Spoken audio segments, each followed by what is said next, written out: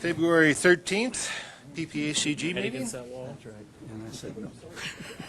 For those of you who are procrastinating, your time is running out. Tomorrow is Valentine's Day. So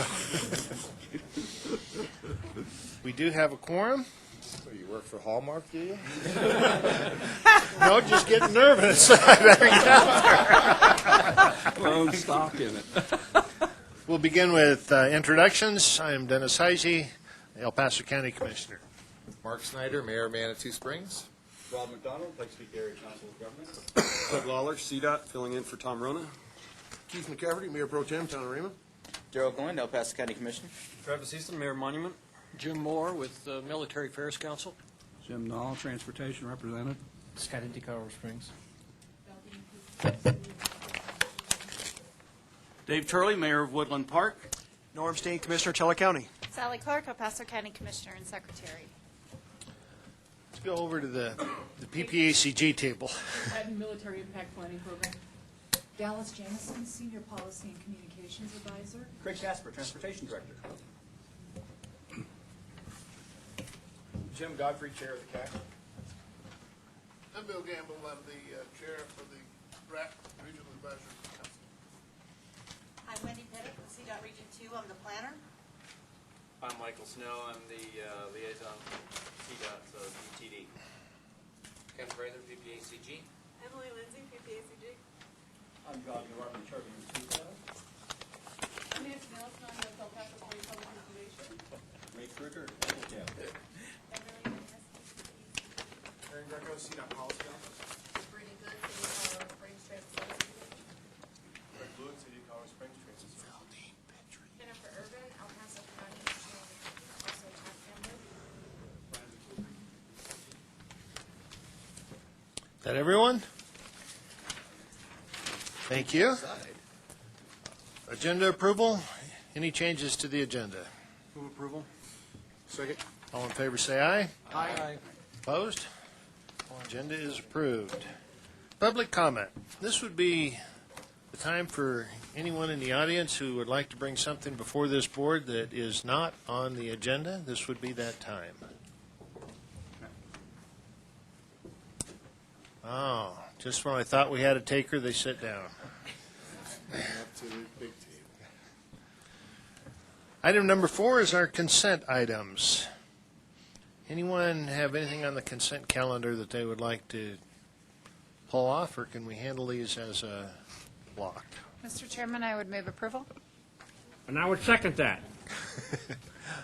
All those in favor say aye. Aye. Opposed? Motion carries. Item number 5, committee reports. Transportation Advisory Committee. Who do we have our chair here yet?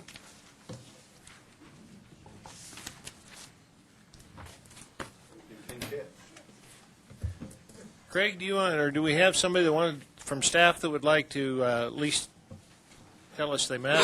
The TAC did, in fact, meet. I wasn't present at the meeting, so this is a little hard. There was a long discussion about the TAP program, some discussion about the resource allocation. The TIP amendment was approved. That's Okay. it was. So. If Dave shows up and wants to elaborate, yes, Craig. Dave Mentor's out sick today, so I apologize. okay. So he called in sick, and I forgot that he had that role this morning, so I apologize. Thank you. 5B, Community Advisory Committee. Good morning, Mr. Chair, members. Jim Godfrey, Chair of the CAC. The CAC did meet. There is one item. We approved the TIP. We looked at the small area forecast numbers and approved those. We did find a slight addition error, but that was corrected, and we're good with those. The one concern that the members of the CAC had, I would like just to point out, again, it goes back to map 21, the rapid pace at which information and requirements are coming out of that, and this whole planning on the TAP program, that Transportation Alternatives. As a result of the meeting of the TAC, they asked for demographic data for MPO planning versus the planning that was being recommended. And it was a huge amount of numbers to digest that weren't in our read-ahead package. And so we eventually worked through it, and you see our recommendations, they kind of followed where the TAC was going. But the members do continue to angst over the rapid pace of which decisions are having to be made that affect our area and millions of dollars of funding. And so I just wanted to share that with you. Thank you. Questions? 5C, the Regional Advisory Council. Mr. Gamble. Good morning. Morning. I'm the new chair, so this is a new experience for me. Next time I come, I'll have a few jokes. Welcome. But we did meet, of course, and we did distribute the carryover funding, and that will be discussed in detail by Guy under item 6D. And we have no new members at this time. Thank you. 5D, CCOS, just because otherwise it takes too long to say it. Guy, are you giving that report? Yes, I am. Good morning. CCOS met, the report you have in your packet is pretty complete. I will draw your attention to the Job Access Reverse Commute New Freedom Funding Awards that will be on your agenda later. And a TIP amendment, is that correct, Rob? And we are still working on the bylaws. We have made good progress. And are there any questions? Questions for Guy? Thank you. Thank you. Appreciate it. Moving on to item number 6. 6A is our 2040 area forecast. Emily, Lindsay, welcome. Hi, everyone. This is my first time officially meeting most of you, so it's nice to be here. I'm the new transportation planner for PPACG, and I will be working on the small area forecast with Ken Prather, who's back here. And as I'm sure most of you know, but in case some of you don't, every time we update the long-range transportation plan, we also do a socioeconomic forecast, the small area forecast. So we're getting ready to start that again. And we're doing it at a little bit of an abbreviated schedule. We're trying to finish it by the end of the calendar year. And in prior small area forecasts, county-level control totals were adopted early on, and you'll see those in your memo. Let's see. I guess notably, this is the first time our regional plan will be planning for a region over 1 million by 2040, so that's exciting. And let's see, we also have a proposed list of participants for the small area task force. There is one kind of update from the sheet that you guys have. The Colorado Springs Regional Business Alliance is the first member instead of Colorado Springs Economic Development.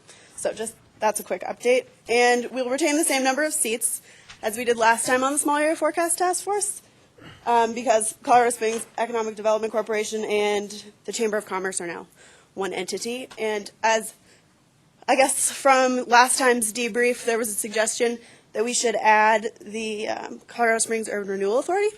So we've gone ahead and add them to the list. So we're looking, I guess, for approval of the use of these numbers as control totals and for the list of members for the Small Area Forecast Task Force. Does anyone have any questions? Questions? Move approval. Any discussion? Please. You know, I've raised this issue a couple of times. I guess this is my last time to get to raise this issue. But, you know, a couple of years ago, we talked about the information from the State Demography Office with regards to what I thought was extremely optimistic scenarios with regards to, and I'm basing my comments now specifically to El Paso County. I don't claim to know anything about Teller County. But what I thought were extremely optimistic scenarios for both total employment and total population. And I'm just curious how the numbers are tracking. You know, we're only 2 years away from the 2015 number, and I'm just curious how we're tracking towards that number. So this Colorado State demographer updates her numbers, I think, annually. So that's constantly updated. And again, we also update our small area forecasts every 3 to 4 years. So what you see going out to 2030, to 35, and 40, that might change in a couple years when we update our small area forecast. So what we're working with is kind of just. But the question was, are we fairly accurate in the short term? Yes, she's actually been within 1 or 2% historically. So I can't speak for this particular forecast because it hasn't happened yet. But in the past, when we've looked back, within 1 or 2%. So I mean, that's statistically pretty amazing. Okay. And I will just register the same concern I did before, that while I would hope that these numbers would prove to be accurate, I still think they're a little optimistic. I'm not going to jump up and down. Don't misunderstand me. As a guy whose livelihood depends on a growing population, I hope this works. So it's Thank you. Commissioner Clark. And kind of to tag on to what Scott said, and I actually appreciate you jogging my memory. We had some issues over some areas that had major discrepancies. One of them, I know that Mayor Snyder would have been happy to take all those jobs in Manitou, but we had to go back and do some significant adjustments. And so I think going forward, we need to make sure that they're more accurate and logical. And I realize government doesn't always have a lot of common sense, but in this case, I think we need to keep an eye on that because it wasn't accurate, and I think it skews our projections for transportation and all kinds of other issues. And as Scott said, we like to have those numbers look good, but we want to make sure they're as accurate as possible. So I would ask that we keep a close eye on that. Are there quite a few documents online that people can look at with the areas and what the state demographer is projecting for growth? So she just projects on a county level basis for the state, and then we turn that around into TASs, which is more understandable, I guess, for our region. So once we get together with the Small Area Forecast Task Force and kind of get those documents together, they will certainly be available to the public for comment. And just there is the method that we use does allow for some local regional planning knowledge, so you can put caps if you say there's too many things in Manitou. We can work with that and adjust that and make it, I guess, the most reasonable for our area. And as a forecast, I think that's kind of the best you can do. We'll realize people are just going to be going in droves to Manitou now to hike the incline. So that's something we need to figure into. And Scott can do it legally now, I know. And so when we approve this today, then when will the first task force meetings be? And can you keep us up to date on when those meetings will take place as well? Yeah, absolutely. So once you approve the membership, we can send out invitations to the list, as you see. And we'll certainly keep you updated when the first meeting is. We haven't scheduled it yet. Hopefully, pending this approval, we'll get started. Okay, great. Yeah. Thank you. I saw Rob McDonald's hand first. And just to tag on to part of the discussion, the task force members have some very good local knowledge, as Emily talks about, including Springs Utilities and other planners and developers, and formerly EDC Chamber, which is now the Alliance. I think they have to look at big things like Banning Lewis Ranch has changed since our last forecast. I think it was 250,000 people last forecast. There's not that many people expected there under current conditions. As Emily said, we do this every 3 or 4 years. 4 years from now, we may be back to, well, 250,000 people are back and the oil wells are gone, or who knows what that'll be. So approving the control totals at the county level is the starting point. And so as the task force gets into it, as our modelers get into it, they'll start to allocate things. So there will be a cap right now at Banning Lewis Ranch. Not a well cap, but a cap for population and jobs. So again, there's some of those major shifts that we'll bring back as we get to the traffic analysis zones that are TASs. So there's over 800 of those. So we allocate the counties down to these smaller areas, and it affects obviously the transportation planning piece of it. But you'll get the more detail as we get into the next year of process for this. Thank you. Mayor Snyder. Thank you. I have a two-part question. Where are civilian employees of the military bases included here? They're civilian or military? They're civilian. They are The civilian. military is only active duty. Just active duty. And given the sequestration is still out there, and apparently what I heard Senator Paul say last night was it's only half as big as it needs to be. If some of that comes to pass, how quickly can we adjust or reflect those decisions? So, I mean, what we need right now is the approval of the big numbers, and when it comes down to certain employers or area, or in our case, TASs, like Rob said, where those are located, we can certainly work with the numbers as we get them. And if we see in the newspaper X number of assisted living homes are expected in 2015, we work with those numbers. So it's a constant process of working with data. Thank you. Clerk and Recorder Williams. Thanks. I note in looking at the projections that overall you're projecting an increase in the percentage of population that will be employed.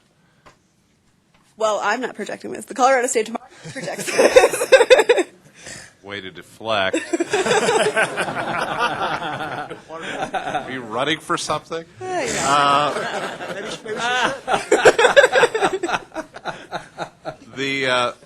But the increase is, I think if my numbers are correct, goes up by about 2.5% in terms of the population, that percentage of population that's employed. Is that knowing that we have an aging population? Some folks are aging out of the workforce. Some folks are aging into the workforce. So this is does that represent then a shift in the wage earning percentage of our population? It does. She uses the cohort component method to develop population estimates, which go into the employment projections. So she does, and you can absolutely see online, or I can provide you with if you're interested, just a demographic analysis of the age cohorts. So it is, I guess, counted in these numbers. Okay, thanks. Yeah. Mr. Steen. Morning, Emily. The employment number, is that tied to the employee or the employer's location? So it's based on the place of work. So if a person travels from Teller County to work in El Paso, that's an employment in El Paso? Yes. Okay. So making conclusions about connection between population growth and employment growth may be two different sets of numbers. Right. So, yeah, I mean, you have to keep in, place of work and place of residence, a little different, jobs and employees, but yeah. Okay. Along those lines, I always thought if I was unemployed, I was going to move to Teller County, because when you look at the statistics, your unemployment numbers are much lower than El Paso County. So I thought that would take care of the problem for me. If I Mayor Pro Tem Keith McCafferty. Yeah, I think something we have to keep in mind is there are a lot, correct me if I'm wrong, Kate, but is a huge number of retired military here. And that's a very stable income base that a lot of people discount. There's a lot of people that serve in the military here, have served in the military here, like the area, they come back. I don't think we're going to see that ever go away. I think that will maintain that level, and I think that's something we really need to anticipate and look at. I mean, it's going to be an aging population, but they are going to be very knowledgeable and very well. I mean, they have their retirement money, they have their medical benefits. That's why they want to be here. And a lot of times, these former DOD personnel work in the civilian sector of DOD as retired. They will retire. They double dip, but that's very common. Happens all the time.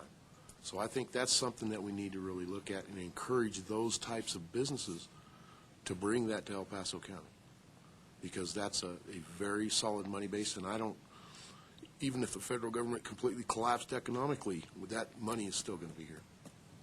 Thank you. And after introductions, I was going to come back to Colonel Jim Moore here and welcome him. This is the first time I believe we've seen you here as representative of the MAC. Good to have you here. So, since we were just talking about you or your cohorts, glad to have you. If I might just make an observation, I think Mr. McCaffrey. That's Keith. I think he's right on target with one consideration, and that is if the impact of sequestration continues to reduce things like medical care, access to on-base facilities and things like that, there could be a reduced attraction in the area. It's not just mountains and fishing and things like that. It is the prevalent area of military population that's active that makes this an attractive area for many military retirees. So keeping our thumb on that pulse, and I know Kate's working on that, but keeping our thumb on that pulse will be important going forward. Thank you. Final comment to Clerk and Recorder Williams. Just a quick question for Norm and David. As I look at the community organizations, I note we've got a number of them from El Paso County. Are we missing a Woodland Park Chamber or something else along that line? That it's on the back page. There's this long list of organizations, and I see they're all from the valley. When probably the most notable lack is the south part of Teller County, the gaming and the mine. The mine is the second largest. The gaming is the largest single employer in Teller, and the mine is probably number 2, which are not included there. So if you have any suggestions that the board would like to approve, we absolutely welcome those. Okay. Let's go back with your recommendation. Okay. Dave? Well, no, I mean, we've got the City of Woodland Park, and knowing how we work with our chamber, I mean, you could list the chamber separately, but I feel pretty comfortable with Woodland. But Norm's comment about Teller County, and in fact, you know, quite a few of the employees at the mine live in Woodland Park and things like many that. of them live in Fremont County. Yeah, yeah. And, so that's why the question between transit between counties is important. Yeah. So are we looking for an addition now? We do have a motion on the table to approve this as presented. Do we want to add something at this time, and we can always bring it back, Norm, if you'd like. I think it'd be useful to the committee to add someone from either the gaming or mining industry. A person comes to mind, would be Jane Mannon from the mine, for example, that probably has a pulse better than most on gaming. And there's a huge expansion of the mine coming, so that should be certainly considered. But, so I don't know what's appropriate to. Do you want to add, I mean, I'll amend my motion to include, but just let us know how you want it to be worded. Sure, absolutely. Okay. Not necessarily a person, but an organization, if you. I'd be happy to follow up on that. So you want to do that now, or do you want to come A back? southern Teller County representative, does that kind of leave it broad enough for you to? Sure. Okay. That way you could have. So I'll amend my motion to include a Southern Teller County representative. Does the seconder agree? Sure. Second. Thank you. I didn't remember who seconded it. I never made it, actually. Thanks, Ellen. Mayor Turley? Oh, sorry, I thought you were, okay. I actually turned it off, so you didn't hear me whisper. Okay. With that, we will call the roll. All those in favor say aye. Aye. Opposed? Motion carries. Thank you very much. Thank you. 6B, Transportation Improvement Program Amendment Number 3, Brian Fatuli.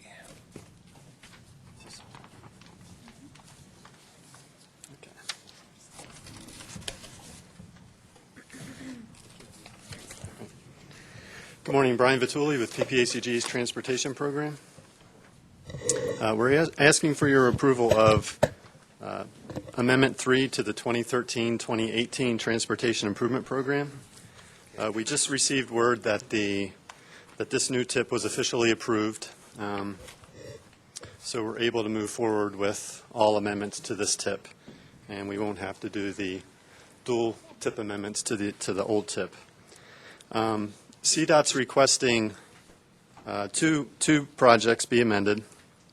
The first one, exactly a year ago, with Amendment 14, the I-25 northbound acceleration lane at South Academy was added into our tip. $290,000 hazard elimination safety project. As they were moving to implement it, they found out that they needed to add $1 million to install a sound wall. They did a benefit cost analysis. It was determined that it was too much, considering the amount of money that was required to build the project. So they're requesting that this $290,000 be returned back to the HES pool. The Hazard Elimination Safety Pool, or funds, are it's a process that's entirely handled by CDOT. They have criteria that's set up. They select the projects. It's very similar to the bridge off-system funds, where CDOT and the Colorado Municipal League selects the projects. So unfortunately, this money can't be used for other local entities' projects. It has to be returned to the pool for assignment sometime down the road. The second request, and so you can see this is the map of the northbound acceleration lane. Before we leave that, can I Sure. ask a question? Certainly. So there's a hazard. It's not sufficiently safe. We could make it safer, but we can't make it quieter as well. So we're not going to make it safer because we can't make it quieter? Just trying to make sure I'm following what you just said. Doug, would you like to answer that? Sure, Mr. Chair, Clerk Recorder. For example, of deflection. We added this money initially because it was identified by our region traffic folks, and for those of you that drive that area, you know that that ramp is reasonably short and it necks down pretty quickly with a lot of traffic northbound. We had a surface treatment project that had been identified in that area, so this past summer we overlaid from Academy north to Circle. And so this was an opportunity. It was identified by traffic. We budgeted money in there initially thinking that we could move forward with the design. And what we found were, because of the row of houses that are there on the east side and the requirements in regard to noise, that we had to address that component because we would have been widening towards those houses. So ultimately, we will need to build a noise barrier in that area whenever we widen I-25. Ideally, we would have been able to address this under the project, but there simply wasn't time, and because of all the requirements and the cost of that wall, it made it not possible to do that. Had we known that a year ago, we would not have come to the board and had that money. Okay, because this is officially the entrance to the city now. With the airport construction, this is the intersection that directs you to get to the city of Colorado Springs and I-25. Because you come on Pro B, you get on Academy, and then you got 3 dashes in order to get over in between the frontage road entrance and this one. So I think long-term this is an issue that we do need to look at. And from my constituent standpoint, I still regularly feel the "where's the wall" question. So I don't want to give up on the wall. Councilmember Williams. And I think my question is kind of along the same line as Wayne's is, where in the process did we know we needed this $1 million sound wall? How did we get to the point where someone said that $299,000 was sufficient? So we had the $299,000, and then when you went to build it, now we need $1 million. I don't want to play money back and forth if we don't have to. So if there's a way to say we need a sound wall, where did that get missed, or how did that get missed, or did it get added between the time we got the dollars and the time we went to build the project? When we added the dollars, that estimate was based on simply doing the widening and extending the ramp. We didn't know at the time when we did that the issue of building a noise barrier would prohibit us from putting that as an action into the surface treatment project. And is that CDOT's rules to have that wall? These are actual federal requirements. I mean, when we go through the NEPA process and we evaluate all of the environmental requirements, noise is one of those that has to be addressed. It's actually went up, and from the region standpoint, the engineering standpoint, we were pushing very hard. We wanted to make this happen, and with the discussions with Federal Highways, the decision was no, you cannot extend that ramp unless you build the noise barrier. And it just was cost prohibitive at that point. We didn't have the money to do it. So I guess I would ask in the future, before you add these to the list, that we talk to the Federal Highway department to make sure that when it's all said and done, we can actually do the project. We'll do a better job with those conversations. Thanks, Dick. Mayor Pro Tem McCafferty? Doug, I have a question. On the Woodman project, they used kind of a different type surface that is amazingly quiet. What's the difference? What do we use there that we haven't used over there? I'm out of my area of expertise, and there's a lot of discussion, a lot of debate on quiet pavements and various types of surface treatment. I'm not sure what they used at Woodman, but CDOT's policy is we do not perform surface treatment projects just to reduce noise. If we can incorporate that in, that's good. But the jury's still out. There's a lot of debate whether those pavements work, and they do on a short-term basis. But over a year's time or so, then you're back to there's no difference. Okay, so between basically levels. we're in an evaluation phase where we need to see how well that surface is going to perform before we need to look at using it for that aspect. I'd say that's fair. Doug, the city used a rubberized asphalt there. On Woodman, we've had it on our city streets for 4 years now, and we're finding both good wearing and keeping that sound deadening ability of the roadway. So it might be something in the future that CDOT can look at where there's noise walls required otherwise. Thank you, And Kathleen. On an additional note to that, Kathleen, doesn't it do better during winter conditions that it's a little bit, once it gets a little sunshine on it, it reacts to the temperature a little bit better and your roads clear off a lot quicker? We are having additioning melting on it, which is good. There are some downsides to it. We have to be very careful cutting into it when we have new driveways, that type of thing. So you have to treat it with a certain amount of care that you might have to not have to use with other asphalts. But I think all in all, the city's been pleased with its rubberized asphalt that it's put down. Our oldest section of it is on Union, just north of Platt. So if you want to see a 4-year-old section of rubberized asphalt, that's where it's at. Thank you. Thank you. Okay, Brian, what's next? Okay. The second item that's requested by CDOT, they're adding $500,000 of bridge on system funds for the bridge over Rainbow Falls. This is on the US 24 business loop, just south of US 24 on the way west side of Manitou Springs. $50,000 will finish final design, and the $450,000 will be for repairs to the bridge deck and minor structural repairs.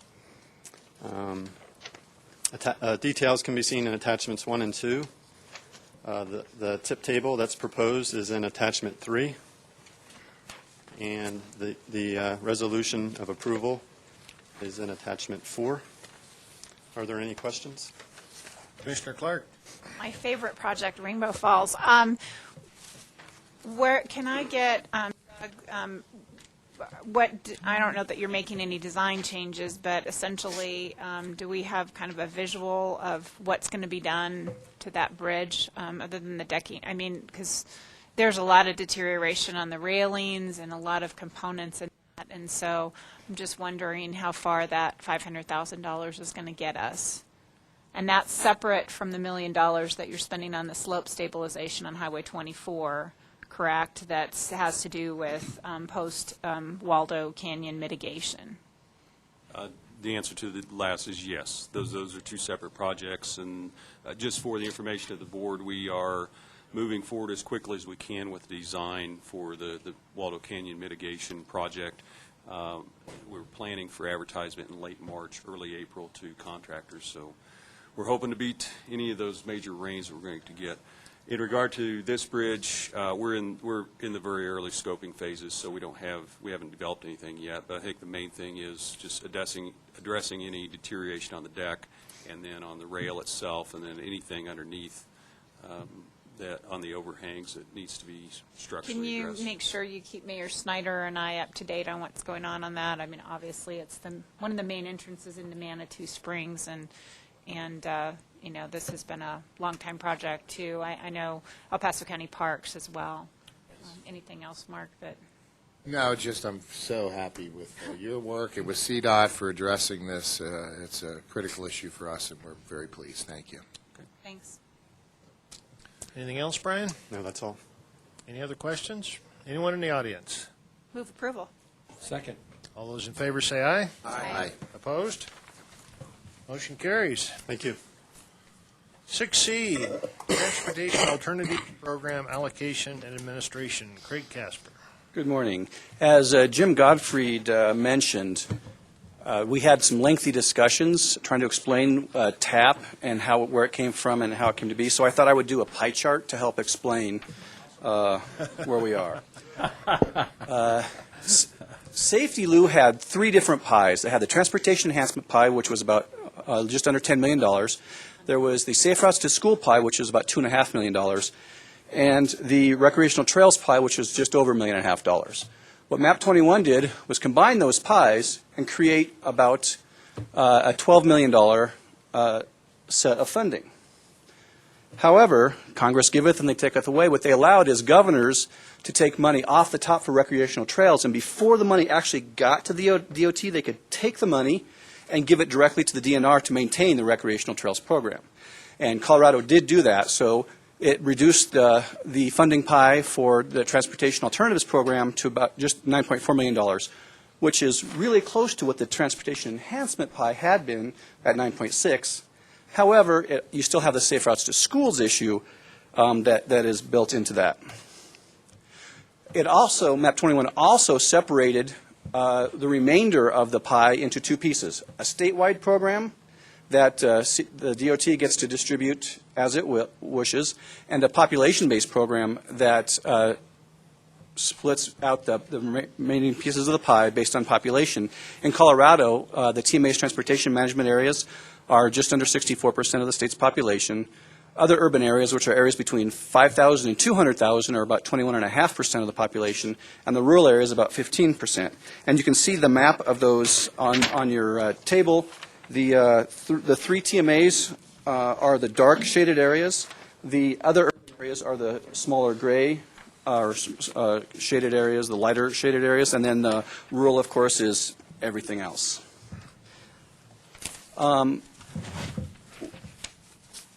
The TMAs, those funds are available to the MPOs to award. That's us. That's Pikes Peak Area Council of Governments, DRCOG, and North Front Range. However, it's just for the urbanized area, the core city of Colorado Springs area that you see shaded in the dark brown on the map, or in, I think it's attachment 6 also, that shows the blow-up of our area. The rural area is a portion for the CDOT, and the other urban area is also administered by CDOT. So what that means in the Pikes Peak area is Woodland Park would be competing in the statewide pool for funds in TAP, not at PPACG. The rural areas, the eastern portion of our MPO also. We've had some discussions about that at the last stack meeting. Wayne was present. What we discussed there and in further discussions with the staff at the other two TMAs is maybe taking the portion of each area that resides in the planning MPO planning areas and giving that to the TMAs to distribute, and that would get us some small slivers of pie. About in attachment 7, about 78% of the state's population lives within the planning areas of the state. The question then is if that's how the Transportation Commission chooses to distribute to allow the MPOs to get the portion of the population-based program to distribute in our areas, then we could run the program for the whole, for all the entities within our MPO planning boundary, which with our it will avoid some of the issues with the state or the region, CDOT region, picking projects that may not, using criteria that may not match what our local desires are. The question is then what do you do with the statewide program, because those are, those funds are available for the whole state, including in the TMA areas. And with MAP 21, something else that it did is require a performance-based selection system. And it will be very difficult in most performance categories for a rural area for the Trinidads to compete against the Boulders or the Denvers, because these are not recreational funds, those that was taken off the top and given to the DNR. These are for transportation trips. So you look at safety, number of crashes, you look at trips, connectivity to transit or whatever. It would be difficult for, in a performance-based system, to compete those. So the suggestion that Dr. Cog made at the last STAC meeting is some portion of that statewide program should also be given to the TMAs to distribute, and in exchange, the TMAs, us, Dr. Cog, and Front Range, would not compete in the statewide or regional process. We would do our own process for the whole pool. One of the concerns I have is we just selected projects. We're in TIP Amendment number 3. We've selected projects out for the length of the TIP. I would not want to have a allocation to our area that is less than we currently have and requires to take projects out, because taking projects out of a TIP is a lot. It's hard putting projects into the TIP. We have discussions. When we start taking about, okay, which projects do we take out? So what we would need then is between 60 and 65% of the total pool, so a portion of that statewide program would need to go to the TMAs and then be split in. Today what we need to answer are 5 questions, and I will tell you at the start that the CAC, the TAC, and staff all have the similar recommendation on all 5 of these questions. Should the TAP emphasize bicycle and pedestrian projects? All of us agree that no, there should not be an emphasis on bike ped. We want to maintain maximum flexibility for our local entities to apply for projects. So anything that's eligible, and on the back side of the statewide map you can see what types of projects are eligible and who's eligible to apply for them. So all 3 groups recommend that no, there should not be an emphasis on bike ped for the TAP. In the criteria there's already does that. Should there be a set aside separate for safe routes to schools? On this one, no. The Safe Routes to Schools projects are trips similar to other trips that they can compete very well in a similar manner as other bicycle and pedestrian projects. So all the committees agree that no, there should not be a set aside. Should the statewide pool program be administered as a single statewide pool, or should it be suballocated to the engineering regions? All 3 groups agree that it should be suballocated to the engineering regions, because at the lower level you get, the more closely it's focused on local entities. At the statewide level, you're balancing, issues in Trinidad with issues in Greeley or something like that. So at the finer grain detail that CDOT can suballocate to, better. What population methodology should be used? All 3 groups agree that it should be the population of the metropolitan planning area and not just the census-designated central urban area should be used to distribute the funds. And what should the total TAP level funding be to the TMAs? All agree that it should not be, the resulting dollars should not be less than we are getting now, and agree that in the 60 to 65% range is somewhere in there is probably appropriate. So are there any questions? Hopefully this was a little easier than for the CAC and TAC. Clerk and Recorder Williams. Yeah, just to add one, I think, important part of it.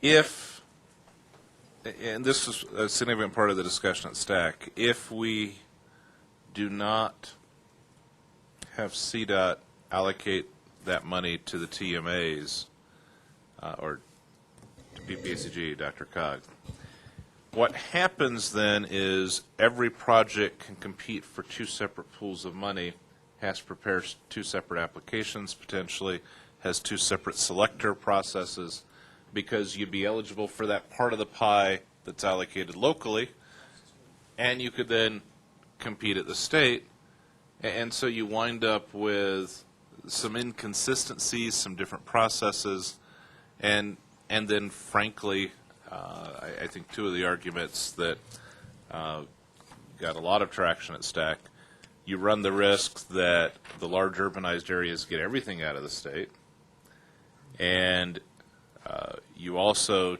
take away that local control and decision making. And Craig's been on the Safe Routes to Schools allocation. I've been on the transit allocation panel. And I have to tell you, when you're looking at projects across the state, in some places that you have not been, it's a little harder to make a good decision than it is at a local level, where even if I don't drive on that road every day, I at least know where it is and what it connects, or I know what that path connects, or that enhancement. So my position was strongly advocating for that allocation. Ultimately, the Transportation Commission will make that decision, but getting it down to the local level, we think is, and I think a fair amount of support out of STAC, is a better way to go. Mayor Pro Tem McCafferty? Yeah, I'm also chair of CDBG, Colorado Developmental Block Grant, CDAB, and we've utilized some of those monies for safe routes in Calhoun by installing new sidewalks for the children to work. So that, at a county level, for some of the smaller outlying areas, that's an area that we could look at to encourage some of the safe routes to school stuff out there. So that's a good source of monies for those. Thank you. Other questions for Craig? Anyone in the audience comment on this? I would be looking for a motion that agrees with what our CAC or TAC and all the other reviewing bodies that looked at this agreed with. So moved. Second. Further discussion? All those in favor say aye. Aye. Opposed? Motion carries. Thank you very much. Thank you, Craig. Area Agency on Aging carryover funding allocations. Guy Dutra Silvera. Hello again.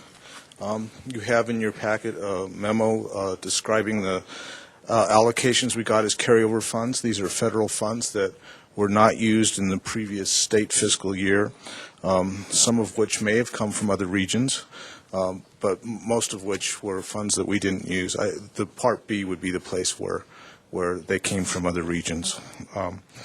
The Technical Review Committee met of the RAC, and the RAC met and came up with the recommendations that you see on your attachment in the spreadsheet.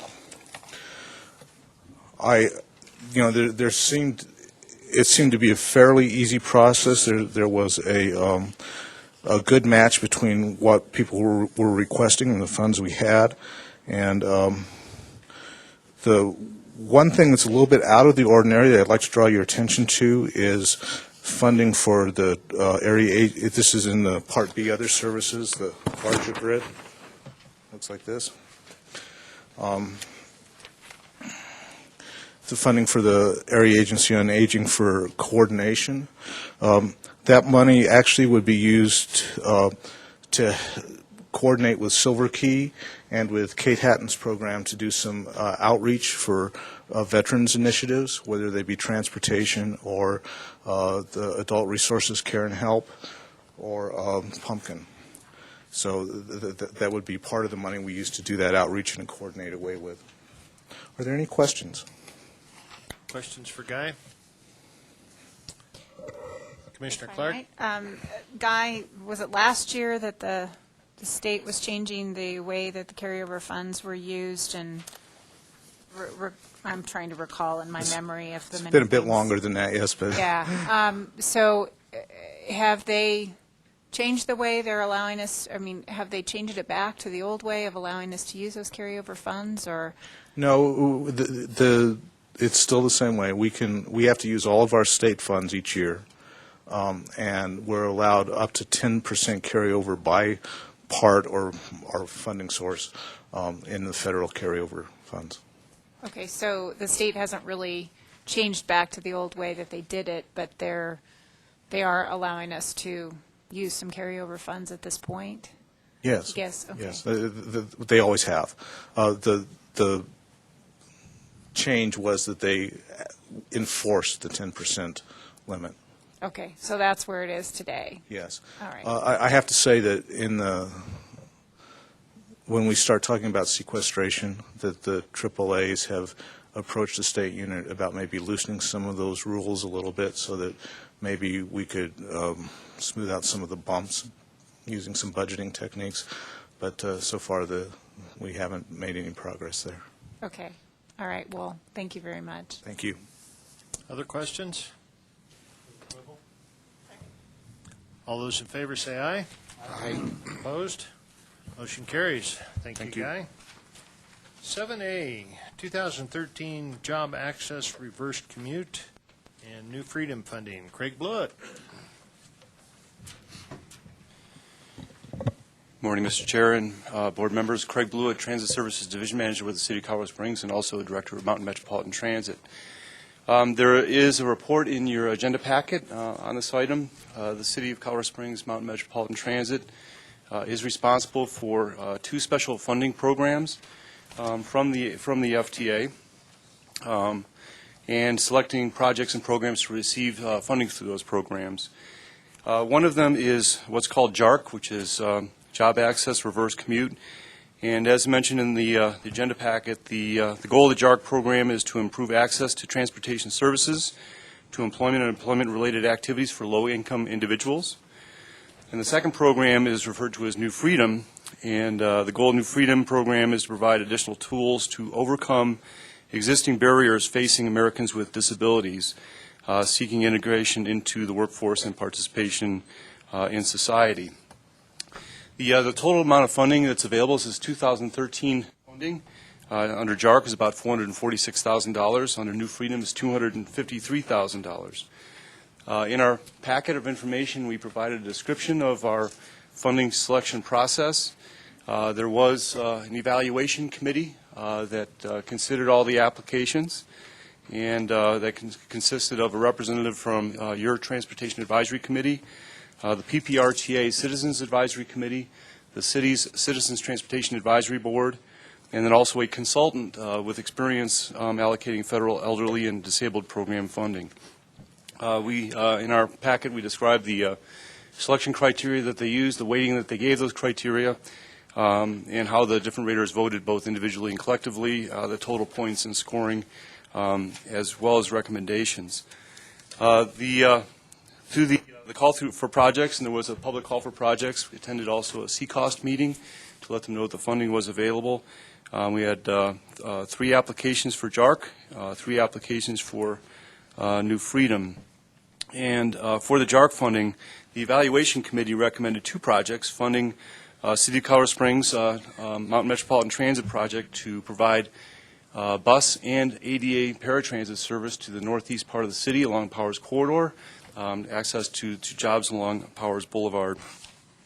And then also funding for a ComCore project, Community Corrections.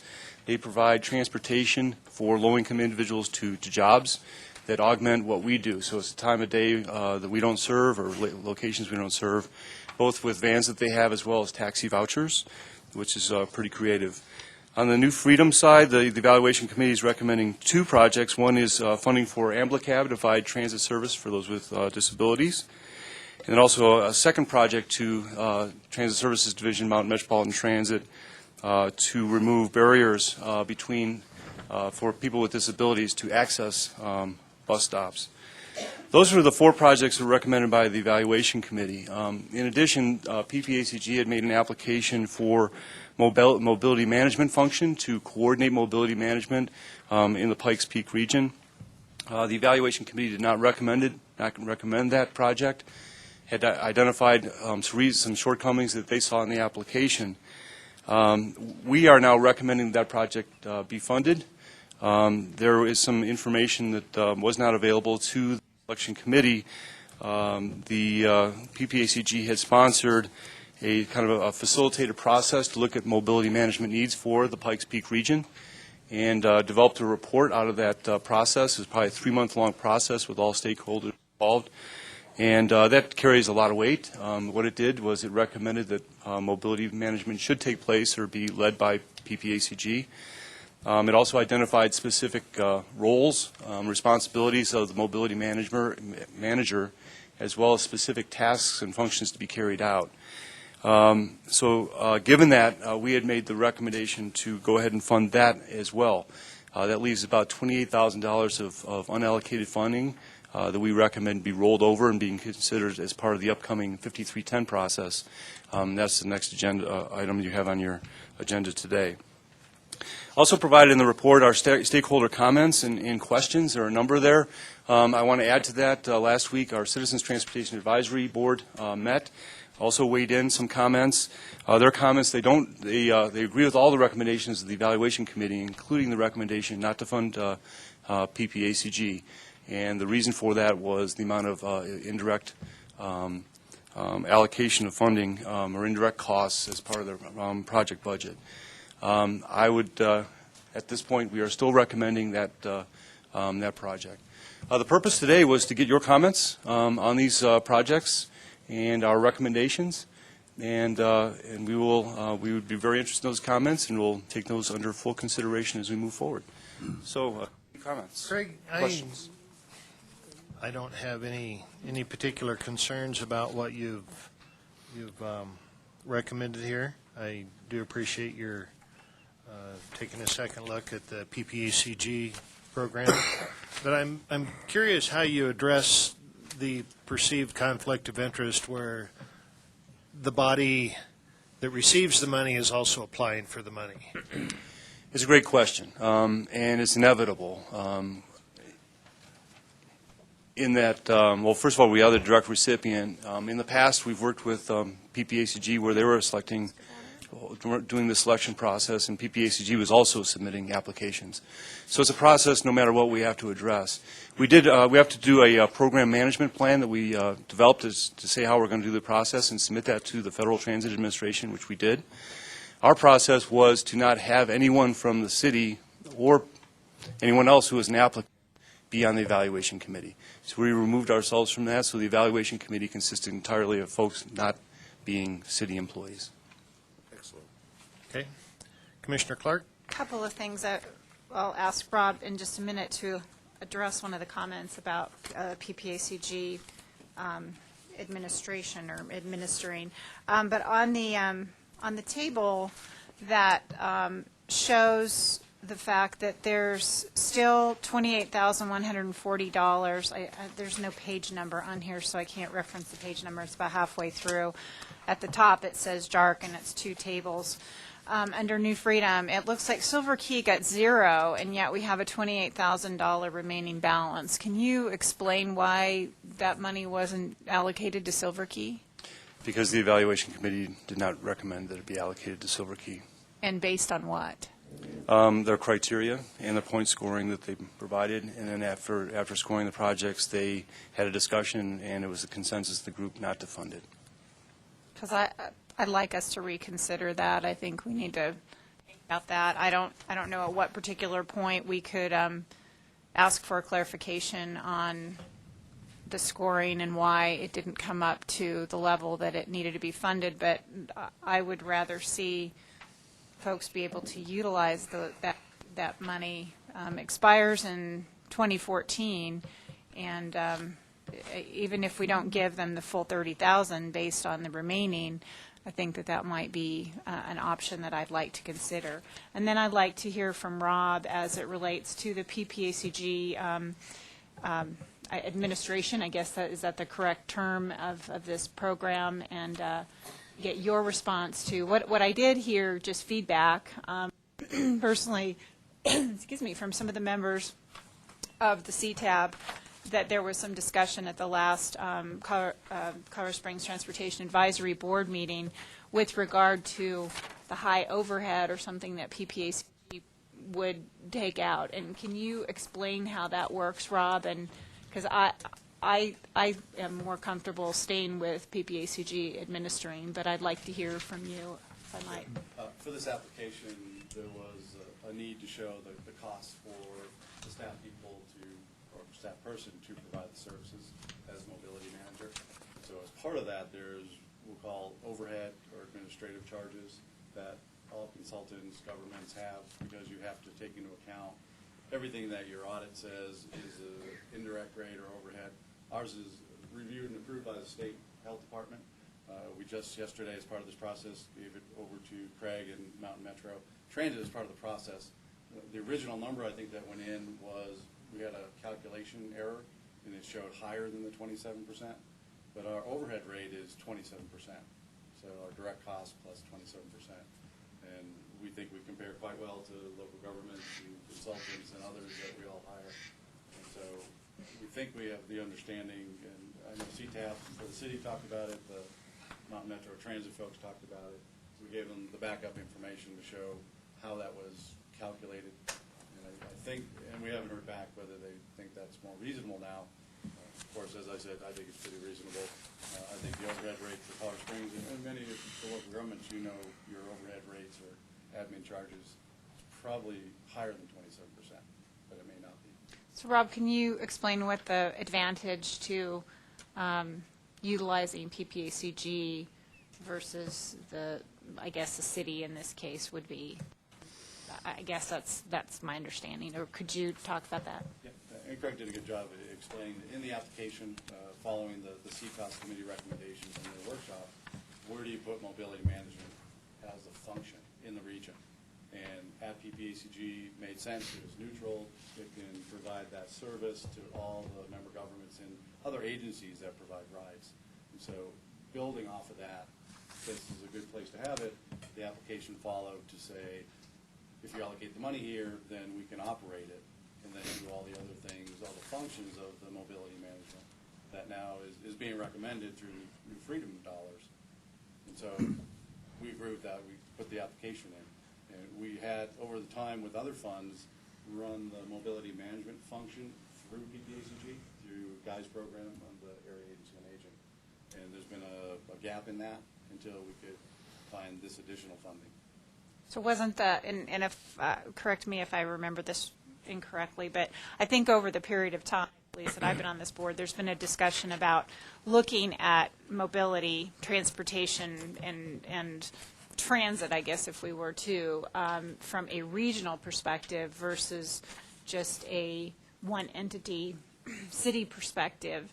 Not that the city dollars wouldn't flow through to go to the city and the transit system which the city runs, but I thought that we had talked about an advantage of having the mobility manager to try and help coordinate all of the aspects of regional transportation and not just giving it necessarily to one entity and getting a better handle on how we deal with this component regionally versus just individually, I guess, is what I'm trying to say.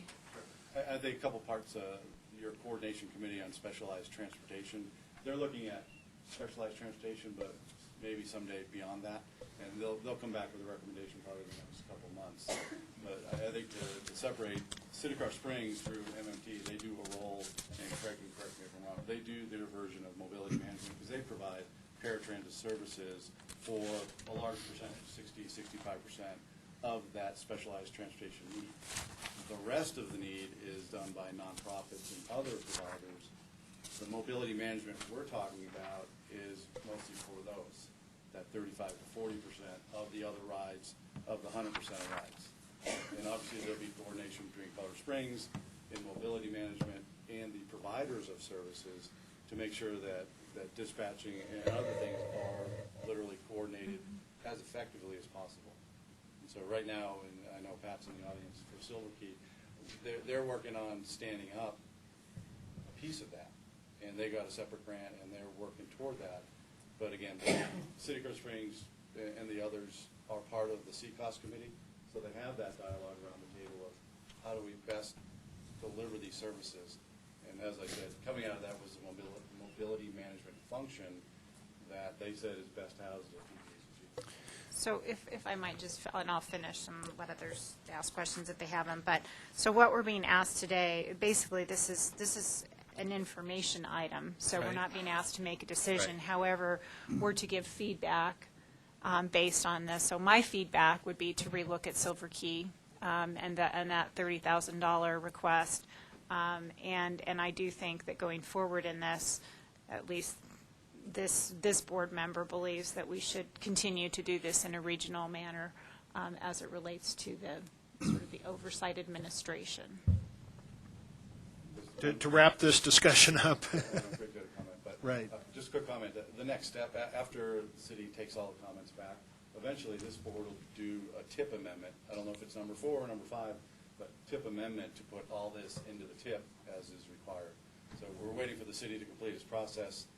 Then we look at it, and then the committees look at it, and the board will have final action, put it into the TIP so the money and the contracts can be spent. Okay. Craig? Just a quick clarification or two. With regard to the facilitated discussion on mobility management and where it should lie, the city participated in that. I sat on that, and I concur with the recommendations that it should occur at PPACG. So that's something that I think we all agree on. So there's no question about that. With regard to your comment is duly noted on Silver Key. One comment on that is what we just heard from Guy with leftover AAA funds. My understanding is about half the request of Silver Key that was submitted to us is now funded through that program. So their remaining need is about half of that $30,000 amount. And our recommendation at this point, and again, we'll take your comments under consideration, is that any funding that would be left over from not being allocated would be carried over to the 5310 program and still be available in this region. Dr. Knoll? Just a comment about this report. I think if you're going to talk about the questions raised by people in the process, you ought to you ought to see what the answers were, and they're not in here.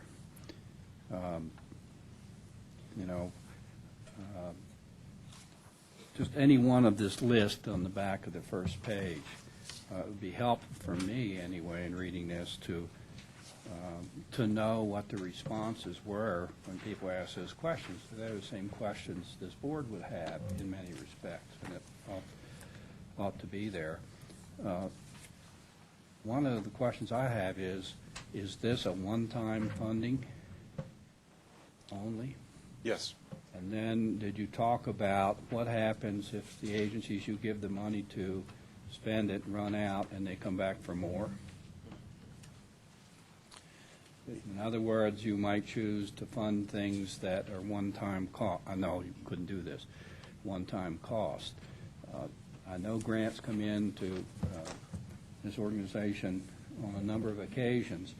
My concern is that as strapped as the transit system is in this community, if we're going to take one-time funds, we ought to make sure we know what it's going to be spent on, so that in a year's time, you don't come back and say, we started this important operation, now we need more money and there's no more coming in. And so I think knowing what PPACG is going to get into by running this program, I would hope the board would understand fully those kinds of issues. And if it is just one-time funding, in the criteria when you ask people to bid on it, did they show that what they were going to do would take care of a problem once and for all? Or did they show that it will take care of this year and then there won't be any money next year? It seems to me those kinds of questions and others should be looked at in accepting the funds, so that you don't have to come back to this board, or the entities don't go back to theirs and now fund something that was very important and isn't going to continue. And so I think it's a great opportunity, but I just would have liked to hear more. Even I thought the stakeholders' comments were pretty good, but I don't know what the answers were to them. And so I just make those comments because this is one of the first times we've had anything on transit since I've been sitting here. And I probably thought to show I'm earning my keep here. Craig? Just a couple of responses. That's a good point, and in retrospect, we should provide answers to those questions that are listed there. In terms of someone running out of money earlier, or what do you do next? A couple of quick responses. One is there's a regional human services coordination plan that's part of your 2035 regional transportation plan. It talks about what we're trying to achieve with these different programs and sets the sights on what we want to do. One of the requirements, the eligibility requirements to receive funding, is that it's consistent with that plan. So there is a long-term version of where we're trying to get to and where we're trying to go. Number two is we have a contract with all the folks who receive funding that lays out the requirements of that contract. So in terms of if you're to sustain funding throughout the year, we can include that in the contract, and typically we do. We'll pay for rides or so forth for AmbliCab, for example. We'll have a minimum and a maximum for the year to make sure that the rides are sustained throughout the year. I had another one, but I can't remember what it was. But hopefully that answers some of your questions. Yeah, Matt, you might, I might want to talk to you further. I'd like to do that. Thank you. Any other feedback for Craig? Thank you. Appreciate it. Thank you. Appreciate your comments. 7B, MTA Section 5310 Designated Recipient Identification Process. Craig Casper. Mr. Chair, if I could Please. interrupt. Yeah. I am the chairman of CTAB, Right. Citizens Transportation Advisory Board, and I wondered if I might to just follow up on Craig's comments because we voted against his recommendation, and I thought it was fair to tell you why we did that in our rationale. First of all, CTAB is strongly supportive of a central mobility management function. We were behind PACT. We think it's desperately needed for the region, so we are fully supportive of it. There were a couple comments, and the one big reason, and Commissioner Clark alluded to that we had a problem is that most of us are businessmen. A lot are people that do business with the city, that are in transportation and transportation companies. And there was just a strong feeling that 27% overhead was about twice what would be reasonable and customary in a normal business environment. Now, I'm not going to comment, in terms of the various governments here and what their overhead factors might be, but that was the rationale for us voting against it, not the concept or the idea, because it is the greatest thing that we need in this particular region. We also had a question about the process, in that Craig first came to us with the original recommendation and said that there was ongoing dialogue with PPACG concerning the mobility management function. So we said, well, when you get some answers, would you come back to us and let us know if there had been a change in the recommendation, which he just did.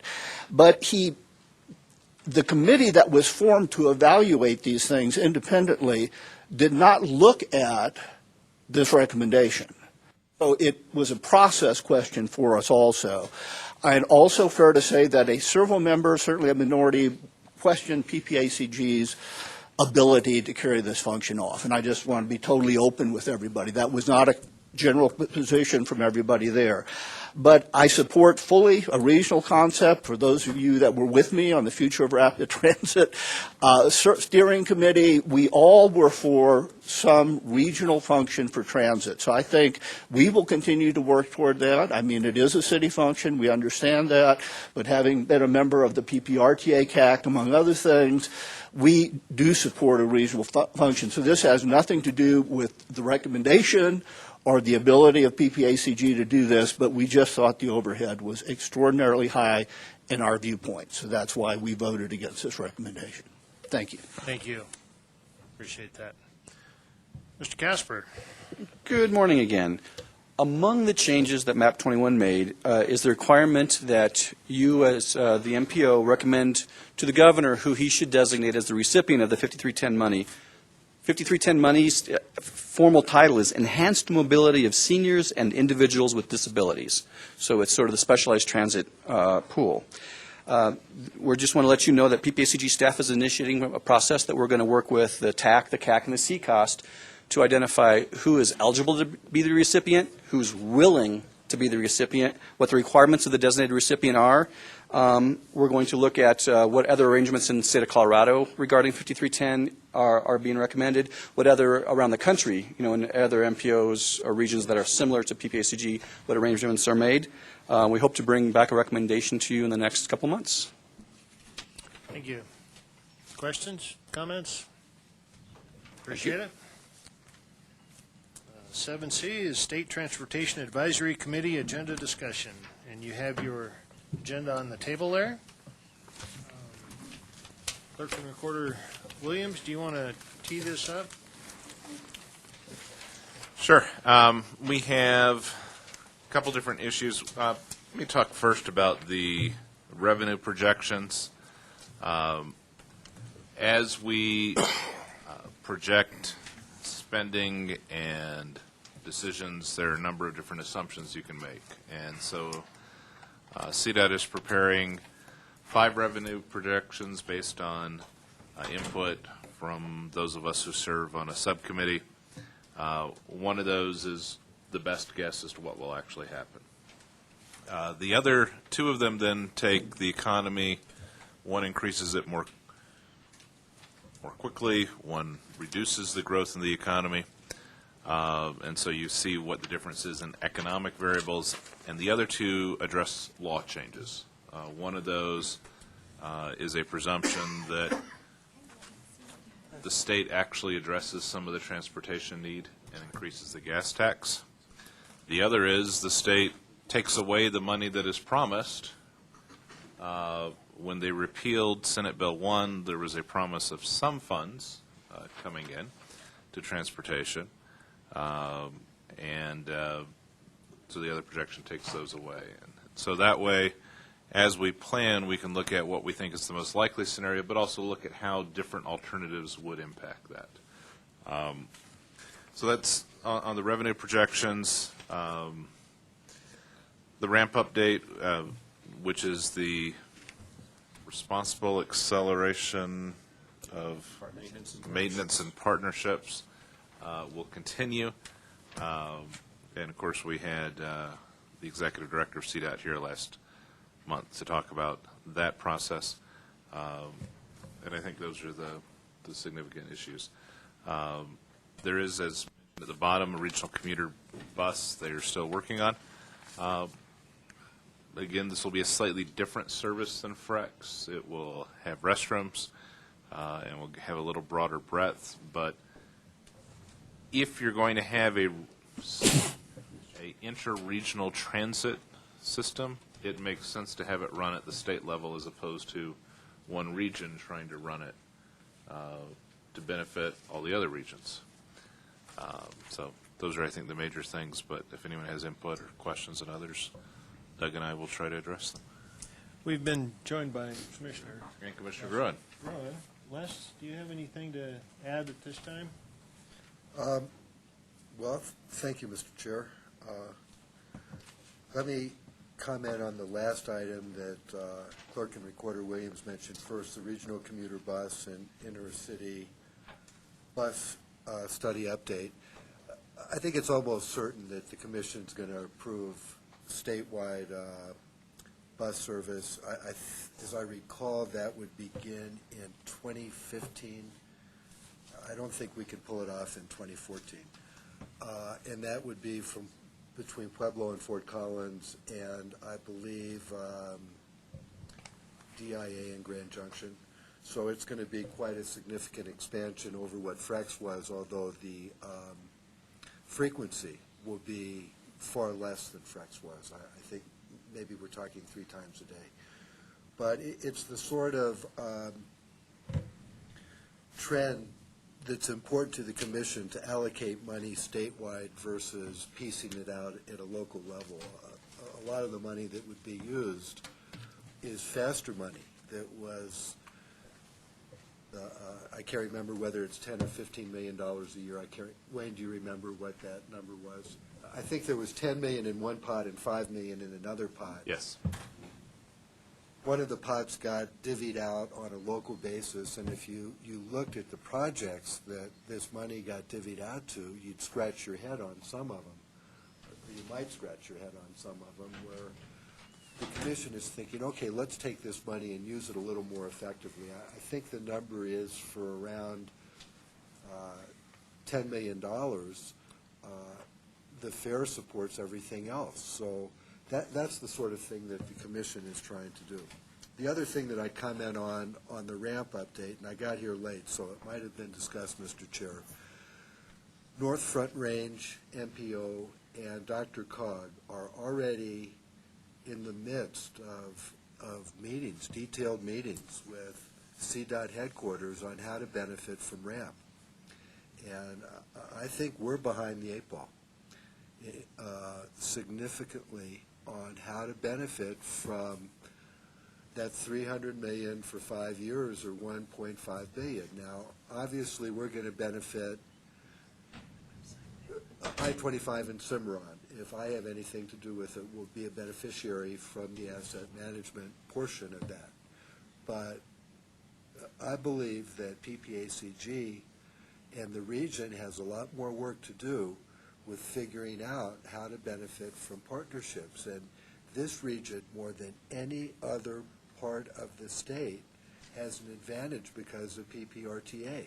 So even though some of that money is committed, or all of it's committed, there's a built-in advantage of creating a public-public partnership, which is one component of this RAMP program. What's the message, Mr. Chair and board members? The message is to figure out what your delegation, who your delegation is going to be, to work with CDOT to figure out how we're going to effectively participate. Clerk and Recorder Williams. As the commissioner and I play tag team here, let me tag on both of the things that he talked about. It's significant to note that the funding of an ongoing transit system represents a significant departure from CDOT's former policy that said you can only use these transit dollars for capital construction.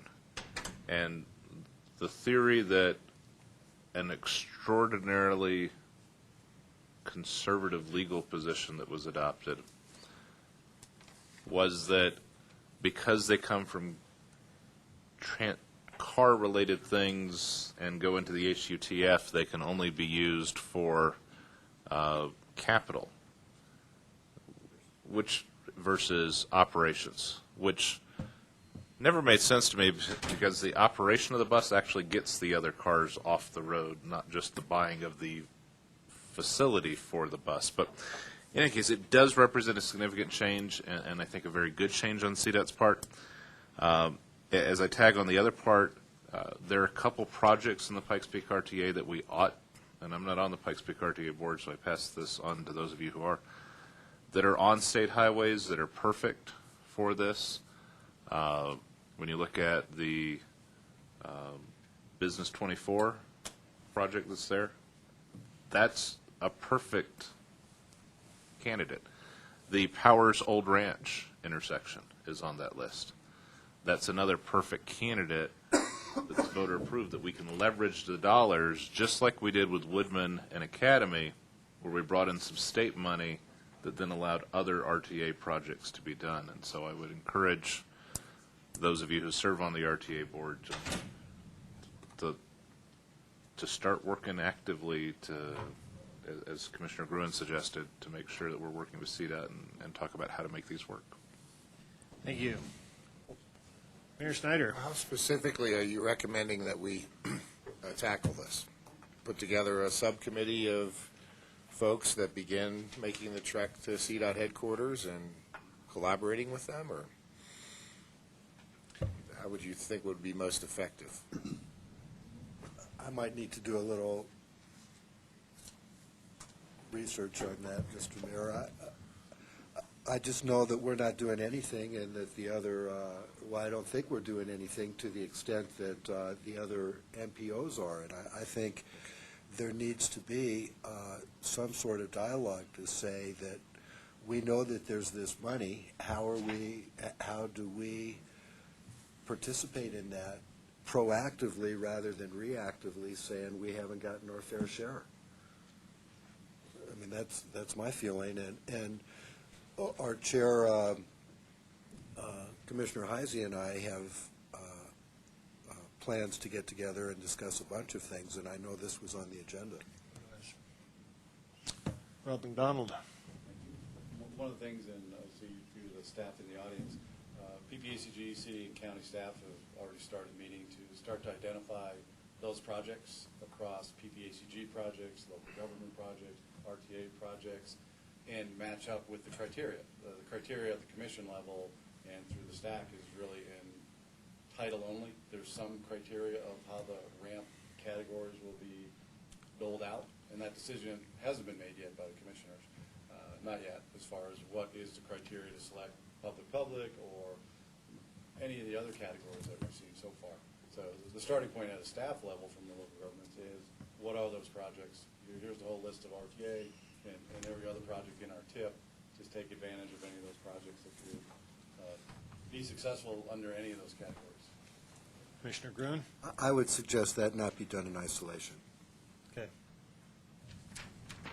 I'll get with Rob and we'll figure this one out, I would hope. I do recall that when Executive Director Hunt was here, he kind of tossed out the number that perhaps $45 million could be available for this region. It's one-time money through this program, but I would hate to see that not come to this region. So, Mayor Snyder. Quick question on another topic. I keep hearing that the federal government's response to Amendment 64 may be withholding our federal transportation dollars. Have you guys heard anything about that, or do you think that's possible or something we should be concerned with? Would I look, haven't heard anything. look to, okay, neither are our state representatives. We did have comment, Mayor Pro Tem McCafferty. Well, historically, it's not the first time those threats have been made in relationship to highway speed limits and helmet laws specifically in the state of Colorado. And we overcame those, so I think. Yeah, we overcame those by adopting the federal standards. It's the only way you can overcome them. Craig Casper. I think you may be referring to, there's, right now, Colorado's laws conflict with the federal laws on weight limits on trucks. It's actually one of the legislative items, and that I think We have some PPACG area staff. to negotiate. Yeah, that just have Colorado state laws conform to the federal laws. Sponsored by a ex-STAC member, Diane Nash-Bush, but that's probably Okay. what that is. Thank you. Commissioner Glenn. Thank you, Mr. Chair. Just to clarify for Mayor Snyder, what you're talking about, there's a Supreme Court case, it's South Dakota versus Dole, and that's where the federal government have to have a rational nexus for withholding that funding. So it's just that they can't arbitrarily just withhold funding. But if, for example, and I'll use law enforcement, if there was a decision to not uphold federal law based on Amendment 64, that's that rational nexus, that funding could be withheld. Okay, thank you. Thank you. Moving on to item D, Fort Carson Regional Growth Plan, Peak Military Care Network update. Kate Hatton. Good morning, Kate Hatton, Military Impact Planning Manager and the Director of the Peak Military Care Network. Too many words. Just very briefly, we are continuing as we move forward to conclude the OEA funding that will end in June of 2013. That's coming up, actually. But we're in the process of continuing to do analysis around Fort Carson growth and deployments and what that looks like. We're still tracking the CAB and what deployments look like as far as we can track them through 2014. So you have that information in your packet. Continuing to do regional communication and coordination through newsletters. We're looking at doing another town hall. 30 May is the tentative date at the moment. There's a lot of movement going around at Fort Carson in terms of what that date might be, but that so far that looks like the good date. I'll confirm that as soon as I can. And we are continuing to look at sort of the transitioning of the different recommendations and the projects and the communication that PPACG has done over the past 6 some odd years, and how we coordinate and continue with our military community partnering efforts. And so some of those issues are the sustainability project. With that, the sustainability report is completed. That now is moving on to be under the Pikes Peak Community Foundation, and I believe they have a name now, Peak Alliance for Sustainable Colorado, Sustainable Future. Sorry, I messed it. Glad we always make it. So I just, I'll get it right next time, I promise. Moving forward along those pieces. So, but again, efforts to, again, transition and build the momentum and implement the work that has been done over the past several years. And one of those efforts is also the Peak Military Care Network that is looking at coordinating provision and coordinating with military, VA, and community-based providers to ensure that the quality of life of service members, veterans, and families is adequate and enhanced as we move forward, particularly as the transitions take place, the budget cuts that everybody is facing, and how do we work together, leverage resources, and collaborate and communicate and make sure that community has the resources it needs and that service members, veterans, and families have what they need. We did receive funding through the Robert Wood Johnson Foundation to implement the Peak Military Care Network, so we are moving that forward. A pilot program has recently started to figure out how to, the nuts and bolts of how that coordination and integrated services will work a little better. So that's what we're in the process of right now, utilizing the Network of Care website and sharing information about that. So, and I didn't bring the brochure. I always have a brochure with me. I didn't bring. Yes, you I've got boxes of them if you need them. So making sure that we share that information and get it out not only to our community partners but to people who need services. So that is moving forward, making progress. And the next step that we will bring before you is those transition reports. We'll sort of do a background and a history of where we've been, where we are now, and where we're going in the future. And so you'll see those coming forward. So that's the Reader's Digest version. Thank you. Appreciate it. Commissioner Clark. The reduction in the number of civilian jobs, are we keeping an eye on that? I think, didn't you, Commissioner Heisey, get some kind of a letter stating what the reduction would be at Fort Carson due to sequestration? I mean, how are we tracking that? As best we can, not knowing that a lot of it is up in the air at the moment. So we have the ability on the demographic modeling side to look at what those military numbers are for Fort Carson and what the civilian numbers are. What we're trying to do is make sure that we are just connected so that we can work together to figure out how to support those community members who live in our community. But in terms of the specific numbers. I'm trying to remember the number. Was it, did I see 3,000 or was that just I in my don't head? recall the number. 33, it's in their information. Okay. Budget knife hangs over area military bases. Okay. I think that was noticed went out region-wide. Well, there have been several issues. There were, changes around. Boeing lost a contract. Lockheed Martin got a contract, and so there were people who got layoffs from that issue as well. Some of them might move over to those Lockheed Martin slots. But so there's a constant shift, and it's not just Fort Carson. It's all the military installations, and so that's an ongoing challenge that we will have in this community based on the military percentages here. Thanks, Kate. Thank you, Kate. Keith, last comment. Hey, is it possible some of those cuts could be met through natural attrition, people getting early retirement, possibly people not making, because I know the military's got really strict on some of their new physical guidelines as for their aging people, that's getting a little tough. I mean, is it possible that some of those numbers could come through just natural attrition? Are you talking about the active duty or the civilians? Both.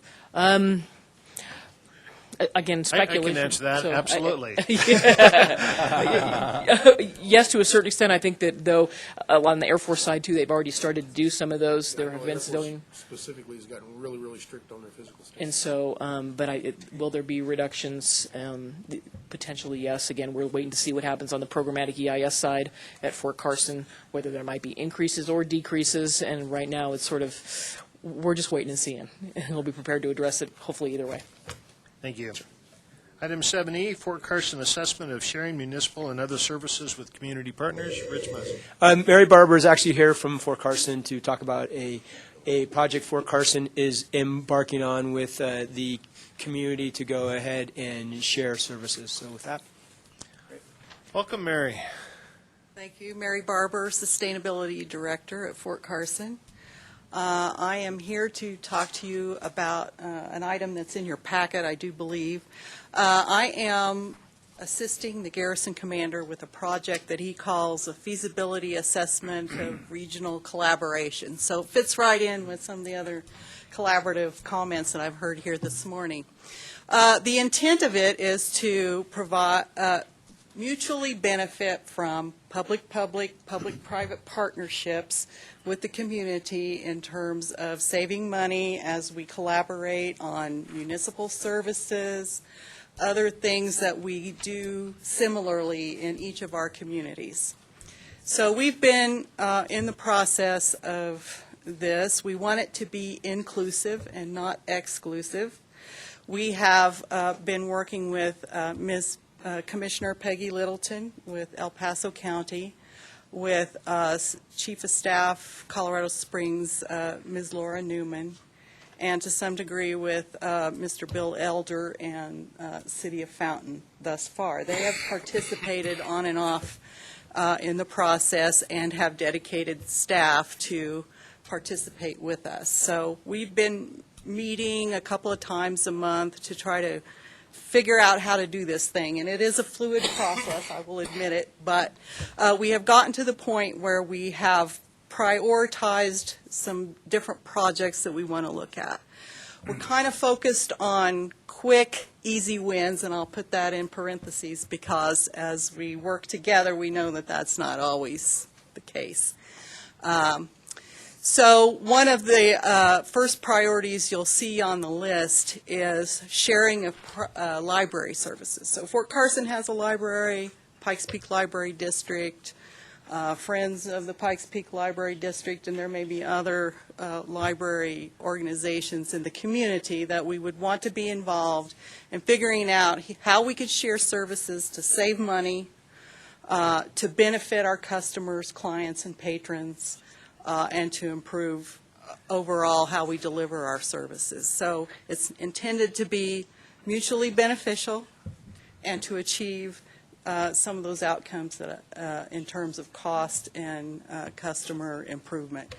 Apparently, the City of Monterey and Presidio have done some of this collaboration and have achieved some benefits. I believe somewhere in the neighborhood of $4 million has been saved in what they've done so far. So the list shows a group of priorities by phase in which we're trying to create plans to implement that idea that has come forward.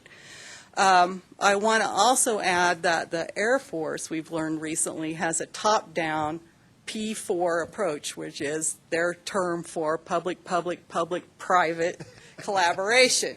So we are also, of course, working with the military installations, but you can see that the DoD in general is trying to approach this in a regional manner to work with communities.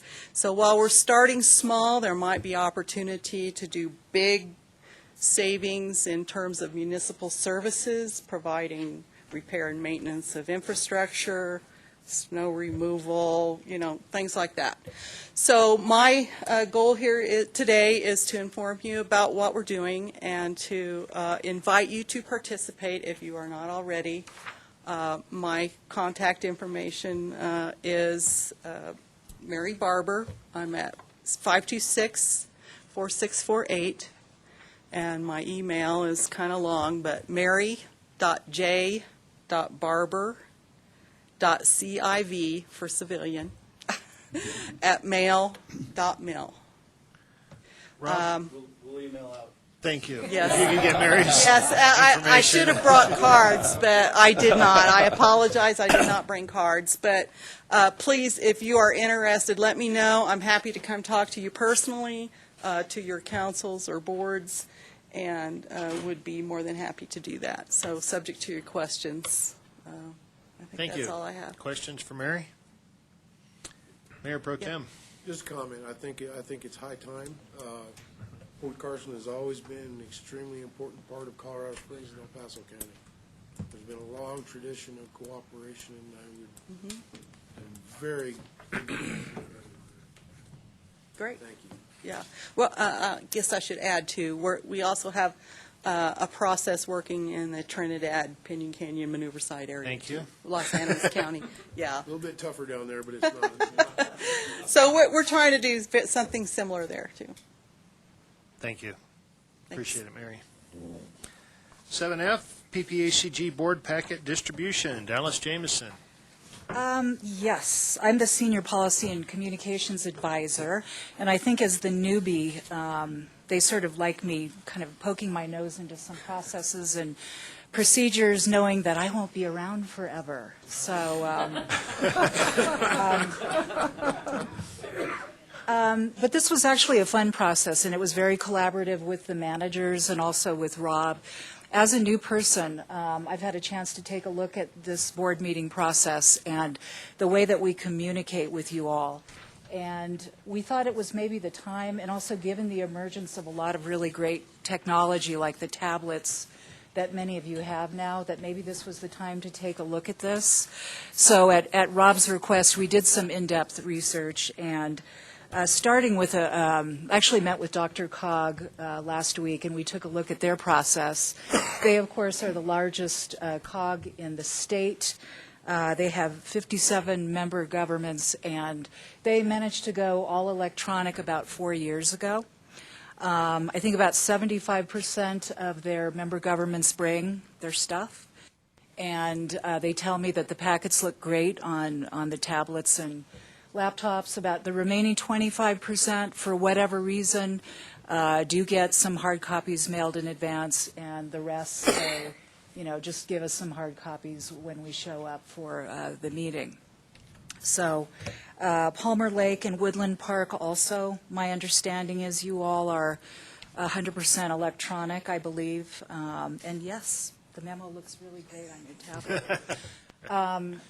So, obviously a lot of the member governments are not there quite yet. But in our research, I think we also looked at Manitou, and I think the mayor was telling me before we started to meet that you all just got your tablets Last night. And you're sort of heading in the direction of paperless and all electronic if possible. That's, I think, the goal. First meeting without paper will be next Tuesday night. And we're looking forward to seeing how that works. Some of our members have used their own iPads for over a year now, but we actually invested and purchased those.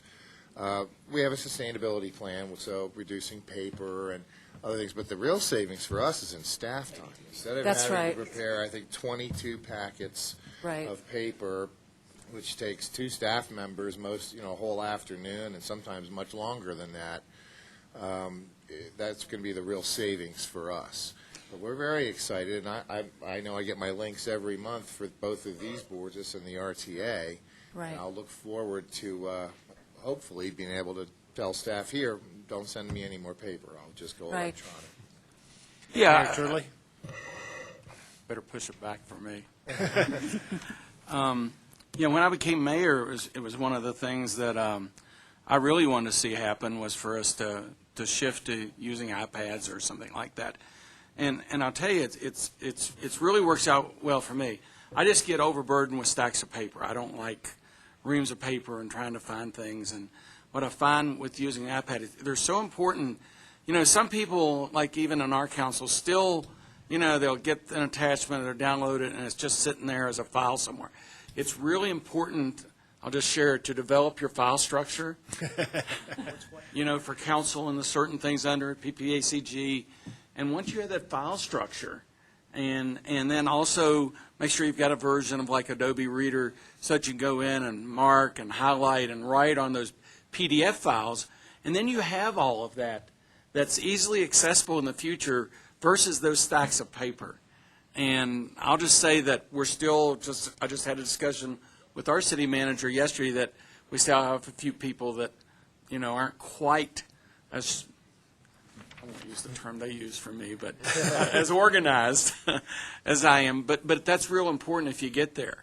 And I know like when Jim Ignatius was sitting here one day and he had his iPad, and I was writing on my PDF files, and Jim says, how are you doing that?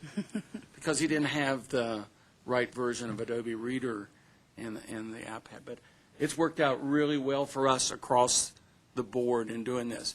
And I might say my example, or what I used in talking to City Council, was Victor, City Council, went to iPads before we did. And I'm like, Victor went to iPads before we did? If you have trouble. But no, I mean, it's I find it very useful. Good. The other issue, too, is a quality issue, believe it or not. For example, some of Craig's great attachments really degrade when we copy them, and I'm sure you've seen that. And when you can look at those attachments, on a screen and you can zoom in and all that, it provides a level of clarity that we can't even come close to. The other thing that Dr. Cog does that I think would be helpful, I think two packets in the last 4 meetings have been over 200 pages, and that's entirely due to attachments.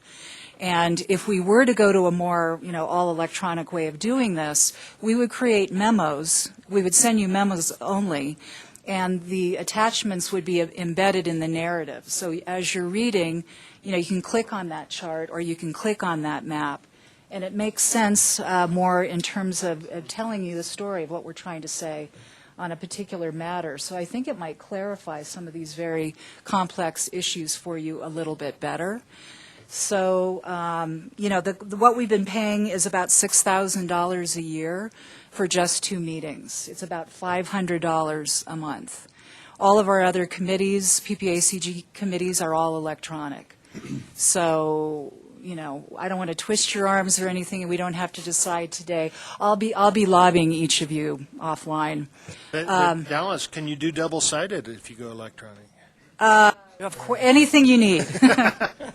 And what we're suggesting, too, is if there's a willingness on an individual basis to consider this, because we realize that all of you have different situations in terms of the technology that you have easy access to, we would continue, of course, to send hard copies in advance to folks, who would like to continue to receive them. But the staff would be very grateful if you would each consider your own situations and just contact me. Let me know if you want to join the mayors and others who have already said no more hard copies. And we're really grateful that you would consider that for us. Commissioner Steen? Just a technical question. Could we go all wireless? If we had 25 iPads here, all wireless at the same moment, are we okay here in this room, for No, example? we're not. We're not at the moment, but we've already done the research, and we can get Wi-Fi in a day, and it's not expensive. That's a great idea. Yeah. Well, Look at me. and if I might, Commissioner Clark? I might suggest that you go ahead and get the Wi-Fi already. Okay. 'Cause we can't get any We wanted to hear reception from down you here first, if 'cause we I- wanted to. yeah. What I was going to ask is, were you intending to require us to use our own iPads, or was PPACG going to provide them? I mean, I don't know that Dallas was going to requesting- require anything of us. She was asking questions. Not That's a little require, above but my pay grade, Have but, those available, and that's what because not everybody has. Exactly. I mean, And maybe they do, but I think maybe what we discussed, and it is in the memo, the savings that we would realize would pay for enough iPads, because those prices are going down day by day because of the competitive marketplace. We could certainly have PPACG-owned tablets. I don't know if they'd be iPads, and they would just remain here for all of the meetings that we hold, all of the public meetings that we hold. So that's the thought, and we could pay for them in under 2 years with the savings that we would reap by not doing hard copies. And then it would be, and then it would have the applicable software that you're talking about, Dave, with regard to being able to write on your tablet as well and have that set up. Yeah, and you can take notes in the margins and all of that. I think Mayor Snyder was telling me that as well. They're great apps for that. So we appreciate your willingness to consider this. And as I said, if you would all maybe contact me directly and kind of let me know what your feelings are, unless, Rob, you want to do something here, or shall we let people mull it over and? Well, I think we want to let the board members decide what best for them. There's obviously logistics. If you have iPads on the table and you make notes on them, what do you do with that? You have to email it off of the PPACG iPads. So there's logistics. I think today we just want to see direction of the board. If we can reduce some of the packets, we can have you, as Dallas said, opt out of the hard copies, and we can get a list of those folks, and then take it step by step. As the chair said, we already emailed the link out to everybody, so you have everything electronically with the PDF and the readability and all that. But I think last time we asked, it was 2 years ago, there was enough board members that still wanted a hard copy to make their notes and bring those notes to the meeting. So we just want to see where the board's at currently, and we'll go whichever way you want. Mayor Pro Tem McCafferty?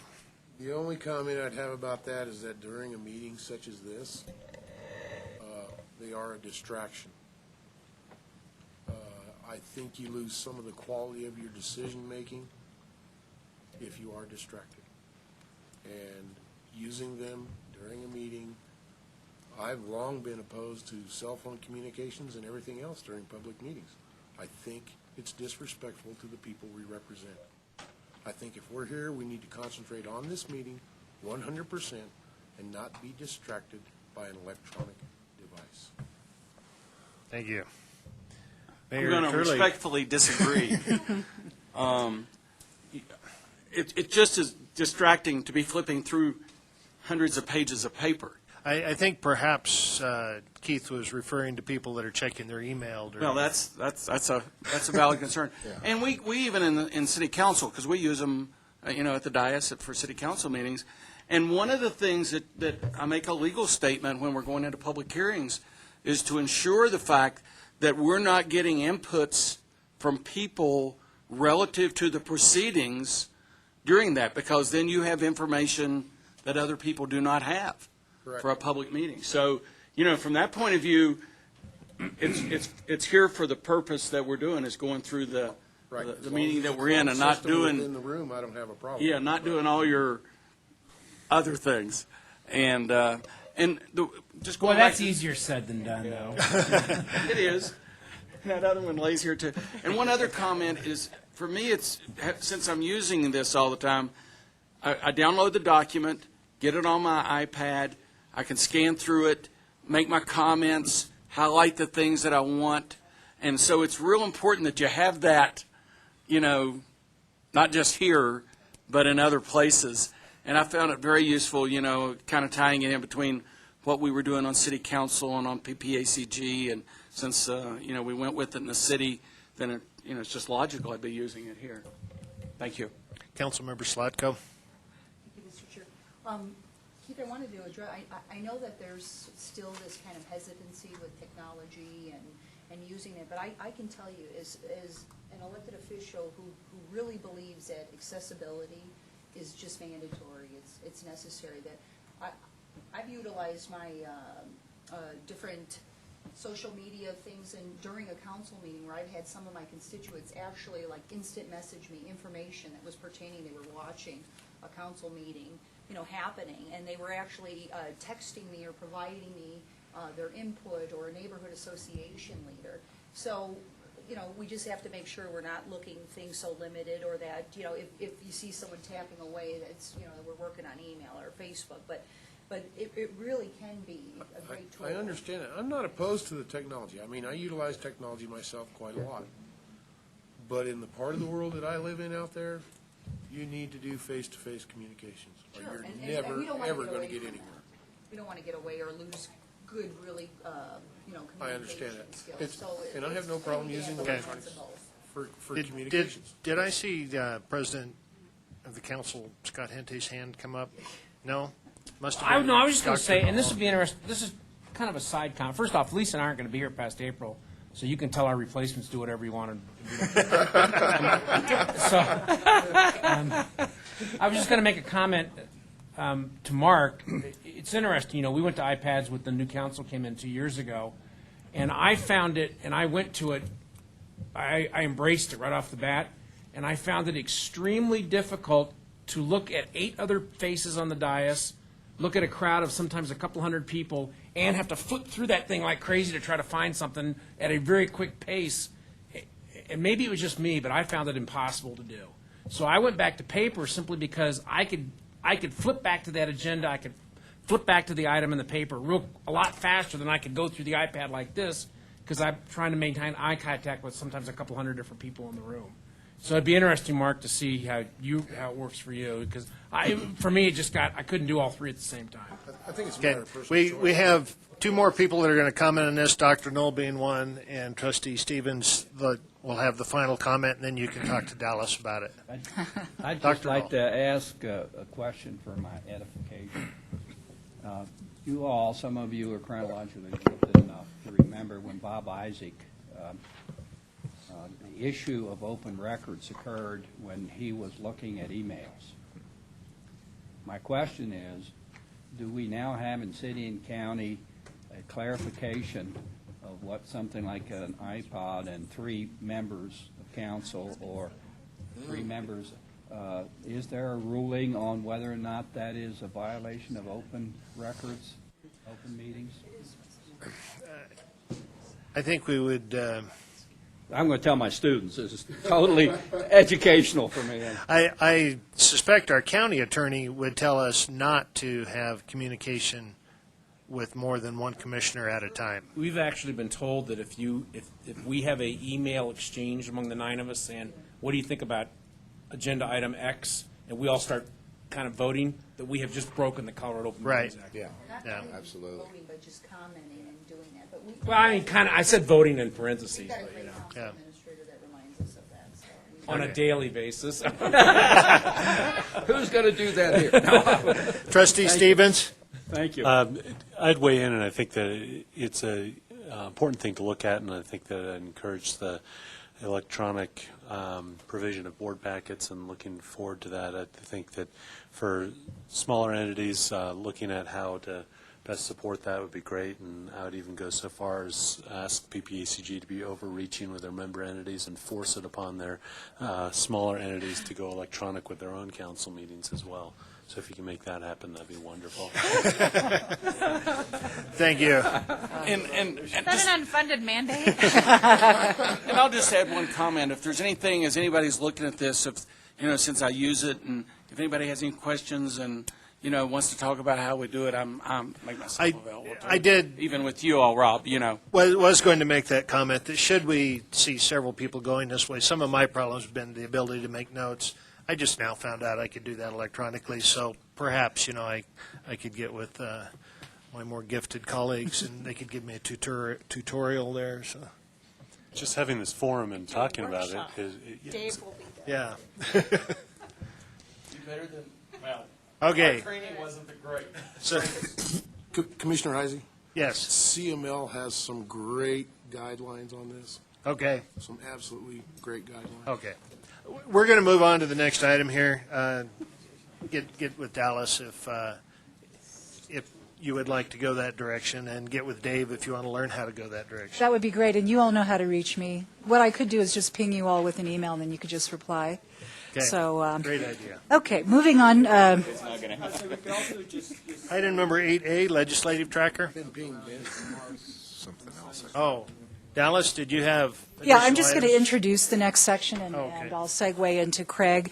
Just to let you know that Policy and Communications has begun the tracking of, we've reviewed over 400 bills. We've got, I think, about 19 here that we've culled it down to, and these are obviously bills that relate to PPAC programs and policy issues that are relevant to what we do.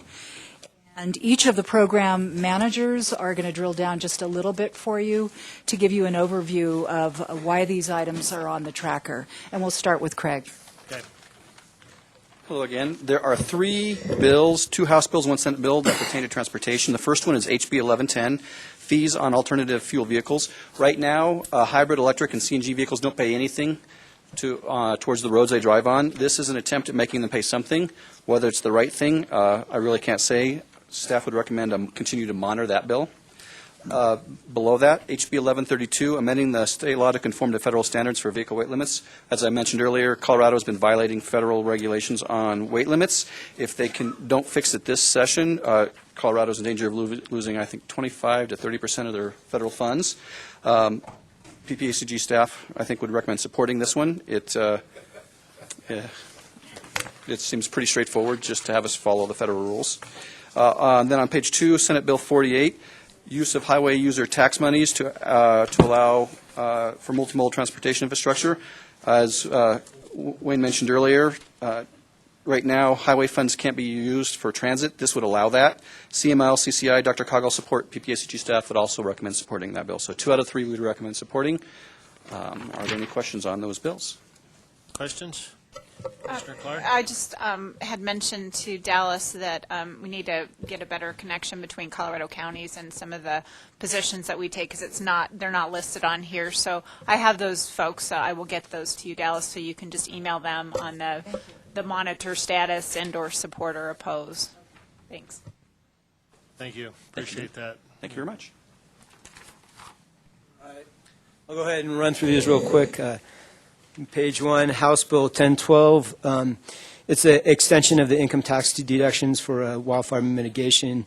That is to deduct 50% of a landowner's cost and part of the wildfire mitigation.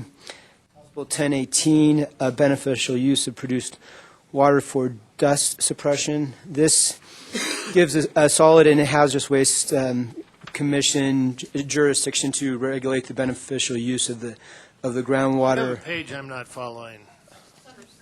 On the first page? There we go. Thank you. Thank you. Sure. So I'm on House Bill 1018. So the commission must adopt rules to go ahead and establish these standards for the dust suppression.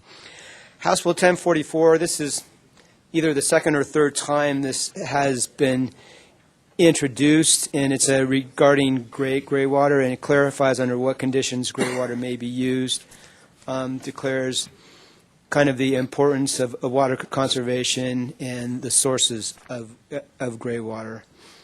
I have a question, Rich. Sure.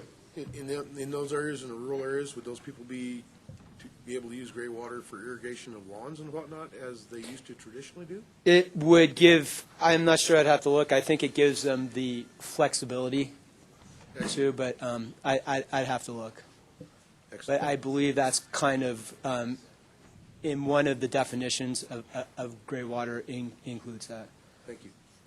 House Bill 1191. Rich? Yeah. Just a moment. Sure. Council Member Williams. Thank you. So are you just running through these and kind of giving us a brief update? Exactly. Are you looking for any comments on any of them? Or how does Yes. this process I'm just trying to be as kind of quick as possible, since there's lots of bills here. So with the 1018, House Bill 1018, I personally don't see that as a good idea, knowing that for the most part we usually take produced water and put it into injection wells. So I'm trying to figure out what the difference is between the produced water that goes in injection wells and the produced water that would technically be safe enough to put on our roads, that would then wash off our roads and end up in our water system. So is there any further data on that as far as what they're defining as produced water as opposed to what I know as produced water? It's giving my understanding, the permission to the Solid and Hazardous Waste Commission. They have to establish kind of the rules and the regulations for what type of water can be used and the actual water quality standards. So it's giving the authority for them to go ahead and kind of make those decisions, but to allow that type of water to be used. So if we are not in favor of that, do we tell you? It's pretty much up to this board if they want to take action on any of these bills. Okay, so right now it just feels like It- it's more yeah, action than- yeah. Right now, I have this down here to go ahead and monitor to go ahead and try to find more information out. So, Mayor Turley? And just a real quick comment, and if you have it in a PDF form that got mailed out, then you can actually click on the bill number and you can bring it up and actually see the detail of what's included. Rather than trying to click on the paper. Commissioner Clark? Make a suggestion on this too.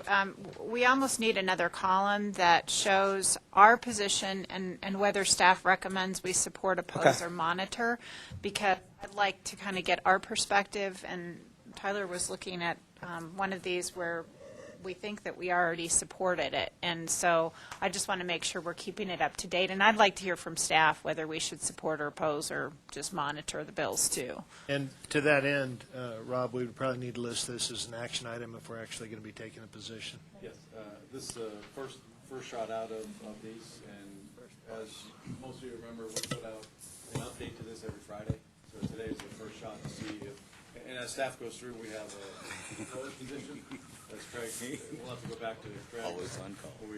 We asked the board, do you want to support, oppose, or not?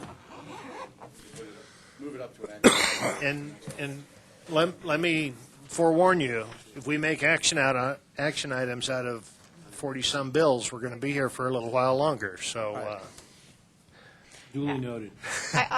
Trustee Stevens? Two other formatting suggestions, because it seems to be the nature of the beast. In the positions, it would be helpful to have the people that are listed at the bottom in columns, so then we can just see the letter and say whether CML is monitor support, CCIs, whatever have you, and a little clearer there. Additionally, I appreciate the separation with the colors, but the colors would be even more helpful to know sort of anticipated outcome. In other words, many of these bills we know every year are killed, and we don't need to pay attention to it. But the ones that we actually do need to take an action on, maybe put in one color or another, differentiate that way to some degree, rather than simply just highlighting the details therein. And specifically, the one Commissioner Clark was referring to that I saw somewhere else as us supporting is SB 127. The older Coloradans, and I think Guy asked us for support before, and we offered it. I think we took action at the last meeting. Technically, yes. Okay. Okay. No, I think that it was consistent with prior board direction of supporting additional funding for our AAA program. Okay. So the board didn't have a resolution or specific action on it. Okay. But in your board discussions, we took a little bit of liberty to say, well, the board hasn't opposed more funding for our AAA, so we lend our support. Okay. Reasonable. And that's probably another level of this legislative tracker is giving staff some discretion to anticipate this organization's support for things that are really straightforward and we traditionally have supported, and therefore we can act a little quicker, but maybe just announce to the board that, hey, based upon past action, we're suggesting as staff to move forward with this. Unless there's any opposition, in 2 days we'll make it official or something like that. Just to that end, we can email it out if there's something urgent. That's right. We need individual responses, or if anyone objects to support of this. In the past, we've also had the board officers meet offline to talk about some of these important bills. And so we have a couple of things that we can do to keep current, because the legislature does a lot in the month we're all meeting. Right. Yeah. That we use electronic. Okay. Commissioner Clark. I just wanted to mention too that, and I know that we're not going to be able to keep track of all of the national legislation that's going on, but there may be some that are really relevant. If it's transportation, big issues coming forward with continuing resolution, what's happening in transportation, certainly from the disaster recovery process, I think that's kind of important to keep an eye on as well.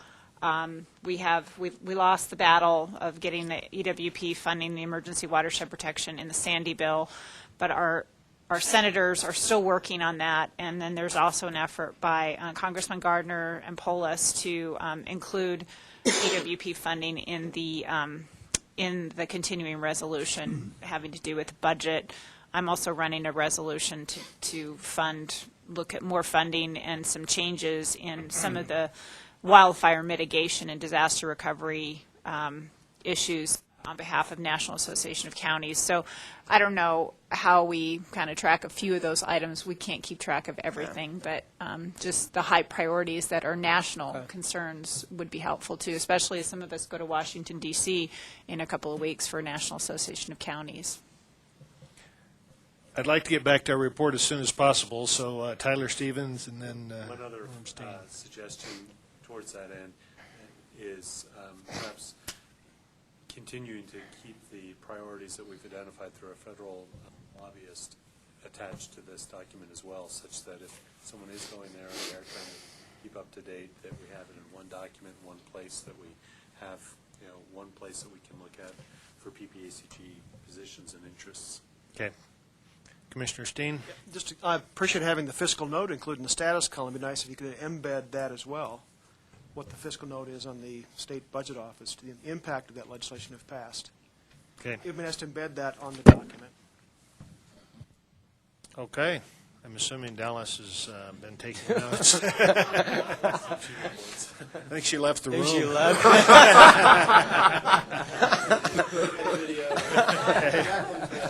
She's going to ask for an assistant. Rich, where were we? All right. So for 1018, I did have some water quality concerns regarding that bill, and that's why I had it on there.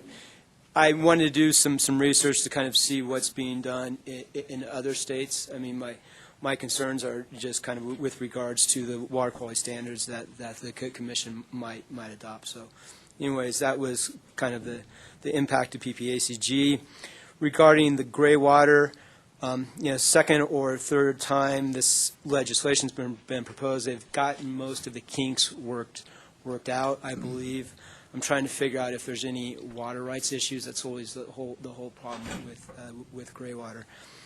House Bill 1191. This is a interesting one. This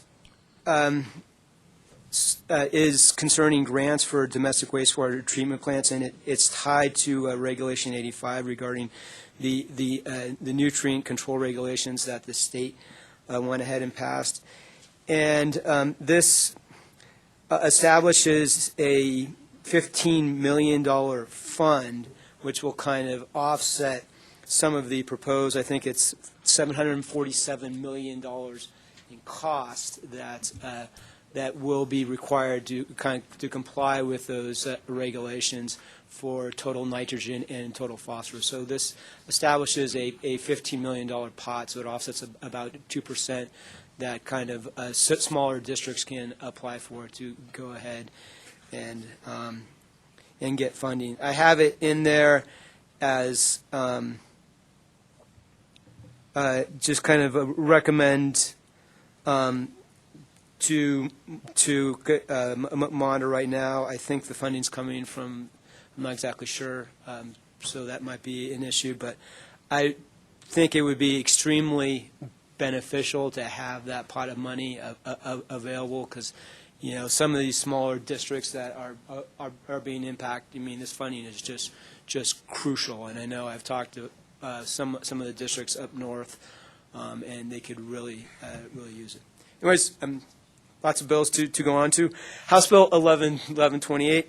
This does not impact us at all. I just wanted to have it on there to tell you it does not impact us at all, just in case that you saw it and you saw that it had to deal with enhanced auto inspection. So I am now on to, page 3, Senate Bills 75. This clarifies that a reduction in the amount of water used persistent to your permit, if you were to go ahead and not use the allocated amount of water because of water conservation purposes, it would not reduce your water right.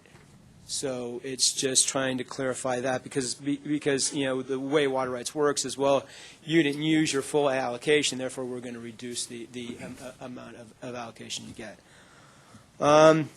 There's lots of legislation regarding wildfires. This creates a permanent House Senate Bill 82 creates a permanent legislative committee on wildfires.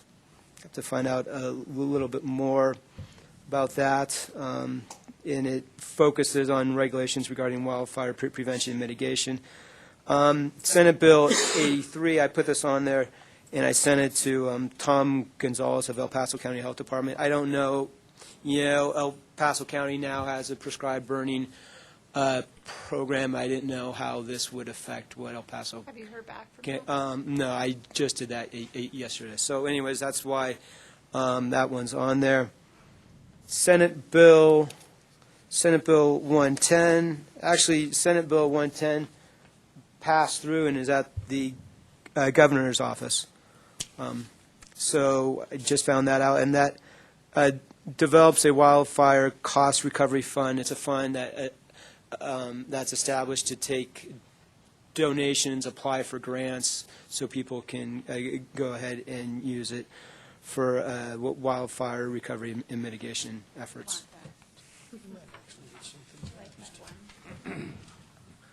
I think that's it. Okay. Next month, I would suspect our list of 40-some will be down in the 30s, and Okay. They come and go. Now that Rich has taken all the heat for the formatting issues, All right. I will be very brief. Going to page 2, there are 3 bills that I've just kind of an FYI. The Department of Defense Military Community Family Policy Office kind of looks at Colorado in terms of what's good for military families or not, and these are 3 bills that could potentially benefit service members, veterans, and family members, so FYI on those. And then the next issue is Senate Bill 37, which creates an authority to finance the purchase of Pinyon Canyon Maneuver Site for the eventual sale of site to private property owners, particularly the ranchers. So I'm going to throw that one out there and let you draw your own conclusions. That has potential impacts. DOD also looks at what's going on in Colorado in terms of future backgrounds and future support for things. So that one is there that's maybe of heightened interest for folks. Okay. Those are my bills. That's it. So. Another formatting question. So now that 3 people have come up to talk about 3 different sets of bills, is there any way to group them? Thank you. Or if they're grouped, depending upon, At the moment, they're grouped sort of by program, but we can, whatever your suggestions are, I will take back to Dallas. Right. It'd be a good Okay, kind of we can group do, them. maybe we'll come up with a color coding or some sort of system so that you know whose is whose. All right, Yes, so, thank you. and there may be more bills come or go. I know there are other military support bills out there as well. Great. Sure. As non-professional lobbyists, we track. Your comments are good. How do you read it quickly? We'll probably read it just like you do. So I just have 2 bills to talk about. They're both on page 3, right next to one another. The last one in the main grid, Senate Bill 111, is concerning mandatory reporting of elder abuse. We think it's a good bill. It would raise awareness, increase awareness of elder abuse issues, and also bring them to the Department of the Human Service, the Adult Protective Service, to their attention. I will say... Can I ask a question? Yes, ma'am. Commissioner Clark? Who is required to mandatorily report? There is a list. I don't have it with me. It's chiropractors, social workers, medical folks. I did do we got a ruling from our state ombudsman that it would not include our ombudsman because of the federal requirement that the ombudsman get the client's permission before sharing And I information. asked just because we had some discussion at Colorado counties, but mainly having to do with coaches and requirements to report child abuse, and that according to what I heard yesterday at Department of Human Services, that's been modified, but it was going to potentially impact Little League and volunteers, and changed it in order to basically say that it would be for paid only coaches, essentially teachers, those kinds of things. But I just worry about that. Otherwise, the whole world's going to be mandatory reporters, and what liability does that place? And that would be my only concern, to take a look at that and see who's required to mandatory report. Yeah, I'll come back next month with more specifics. If you report, there's no, you're protected, but if you don't report and something happens, then the liability can come back to haunt you. So that was our concern at Colorado counties, and that had to do with child abuse. So just keep an eye on that. Thank you. Mayor Pro Tem McCafferty? I would think if you are a sworn county, state, or local official, you are already required to do that. Trustee Stevens? Apologize, it might be speculative, but I think it is aligning elder Americans or elder abuse with child abuse reporting requirements, but I'm not confident about that. Do you know if that's already in place and this is going beyond that, or do you know what I'm saying? I don't know if that's the purpose, no. Okay.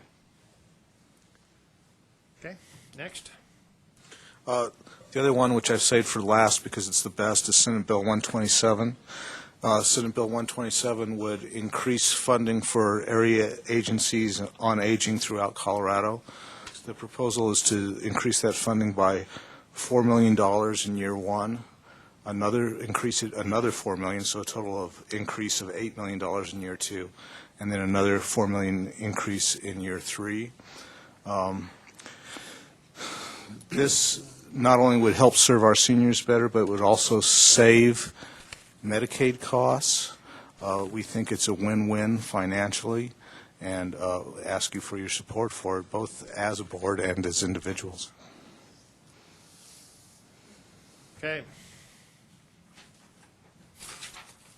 This is not listed as an action item. Do we want to let Guy know that through head nods that we probably are in favor of that one, or? Okay. You're fairly safe there, Guy. 8B is media clips. Rob? Yeah, I can cover this. I didn't know. Okay. You going to touch on one? I just the Turk. Yeah, I'll let Craig do the first one, and I'll touch on the other. Okay. For the last 9 years, PPACG has been attending the TURC, the Transportation and Environmental Resource Council. It's convened by Federal Highway Administration and Executive Director of CDOT. It includes federal, state agencies, and the metropolitan planning organizations in the state. And it's there's a proposal that we've officially signed. We signed the previous one that we're going to work together, collaborate on issues, technical issues, to try to minimize waste, increase efficiency, things like that. You can see the exact text in there, but we'd like to be signatories to that in the next couple of weeks. I don't remember exactly when it is. I know it's coming up. 27. So. Okay. Okay. Yep. And the other media clips are there for your information. Quick question, our discussion around electronic distribution. Comments on if we get articles, we could obviously email them out, PDF them, and get them out to you. My guess is most of you read the local papers, and we read all of them, all the ones that you all see. So that would save at least this attachment. Is that what you used to do? 'Cause I think Jason used to send us articles Yeah, as they would come in. we do some of that in other correspondence, but that way we can take it out of the packet. I think we can live with that. Trustee Stevens? One other suggestion, and I don't know how other entities deal with this, but a repository for all these things that are sent out as well. That probably is not public access, but something like Keith's committee, despite his opposition to electronics, we do use Dropbox very effectively. Something like that might be helpful. So You should meet my dog. He really loves them. Okay. Commissioner Clark? Choose them up. Our PIO sends out, of course, we don't have to do daily, but sends us the clips, essentially, that talk about El Paso County.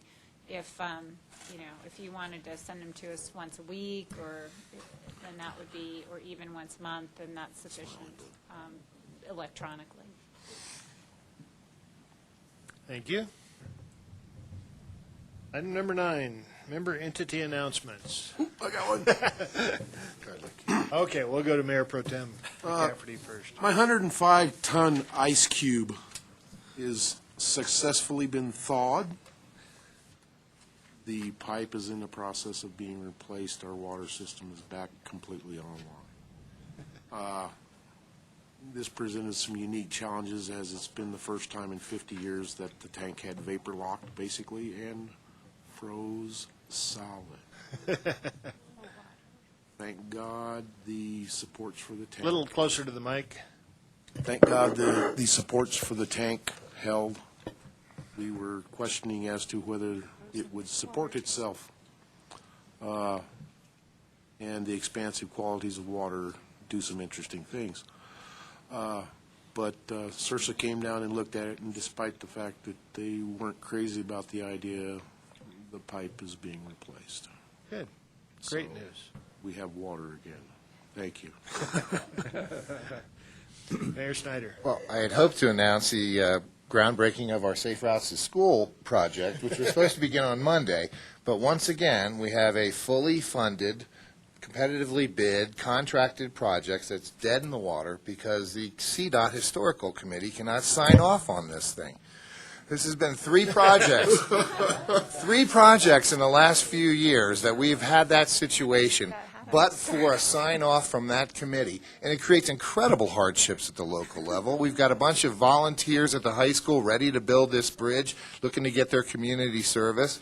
We've got contractors, and it's just really an intolerable situation. I don't know if any other entities are experiencing this, but we got to do better. Mayor, I feel your pain very much, and I would just ask if the other agencies are experiencing that, if talk with me. I'd like to document some of this and send that on up to headquarters, because I think we've got some issues that we can work on. Thank you. And then finally, according to this list, we have some folks who haven't paid their dues, so. I was going to cover that with you. Okay, sorry. If you want to take it, Mayor. No. Where's my wallet? I'd like to see yeses in that paid column next month, but. Commissioner Clark? I just wanted to mention the Shine Mountain Shooting Complex is now open, and so it is open to the public as well as our law enforcement and our military folks for training purposes for the public as well who want to do that. So, please take advantage of the ability to utilize your firearms in a safe environment and practice. I also wanted to mention, just so that you'll all know, I've officially announced my run for National Association of Counties second vice president, which transitions into the first vice president and eventually president of NACO in 2015, should I be successful this year.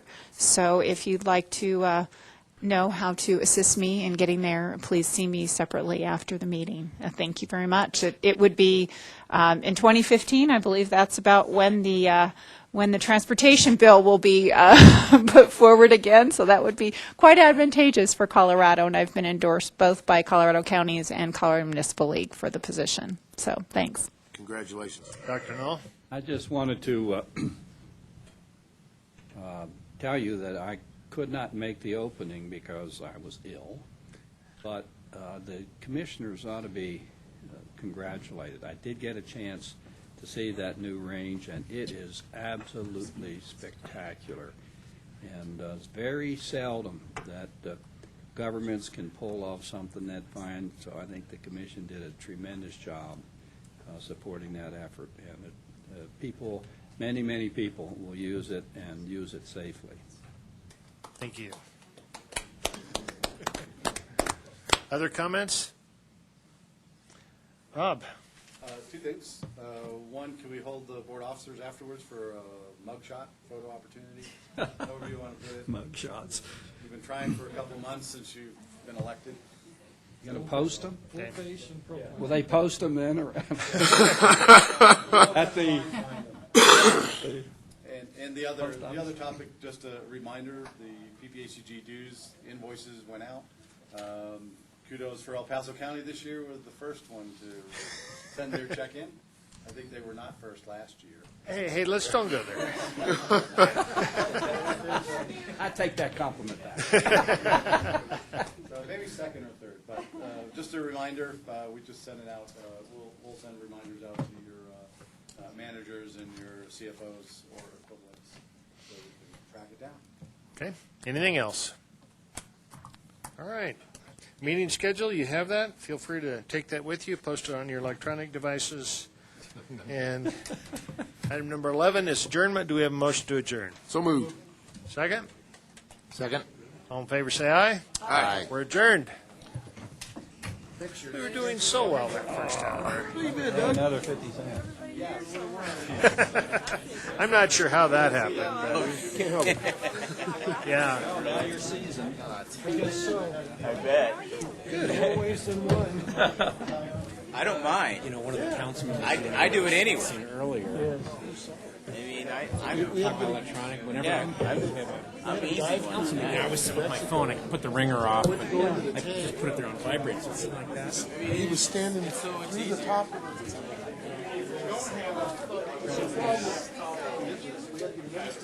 There was a lady sitting in the audience, the wife was at home, and within 20 seconds, and goes, boop, boop, and both of them just lighten up. What the hell? And even, I mean, I can I'm speculate starting on to start laughing. who might be You know? elected. Things just start lighting up. You know? What kind of a council we'll have. Hi there. Hi, how are you? I'm fine. Yeah. Congratulations on running again. And some people who are Does this kind of a increase your mayor's slate, your despite what he says. counseling costs that you have with various people? Yeah. that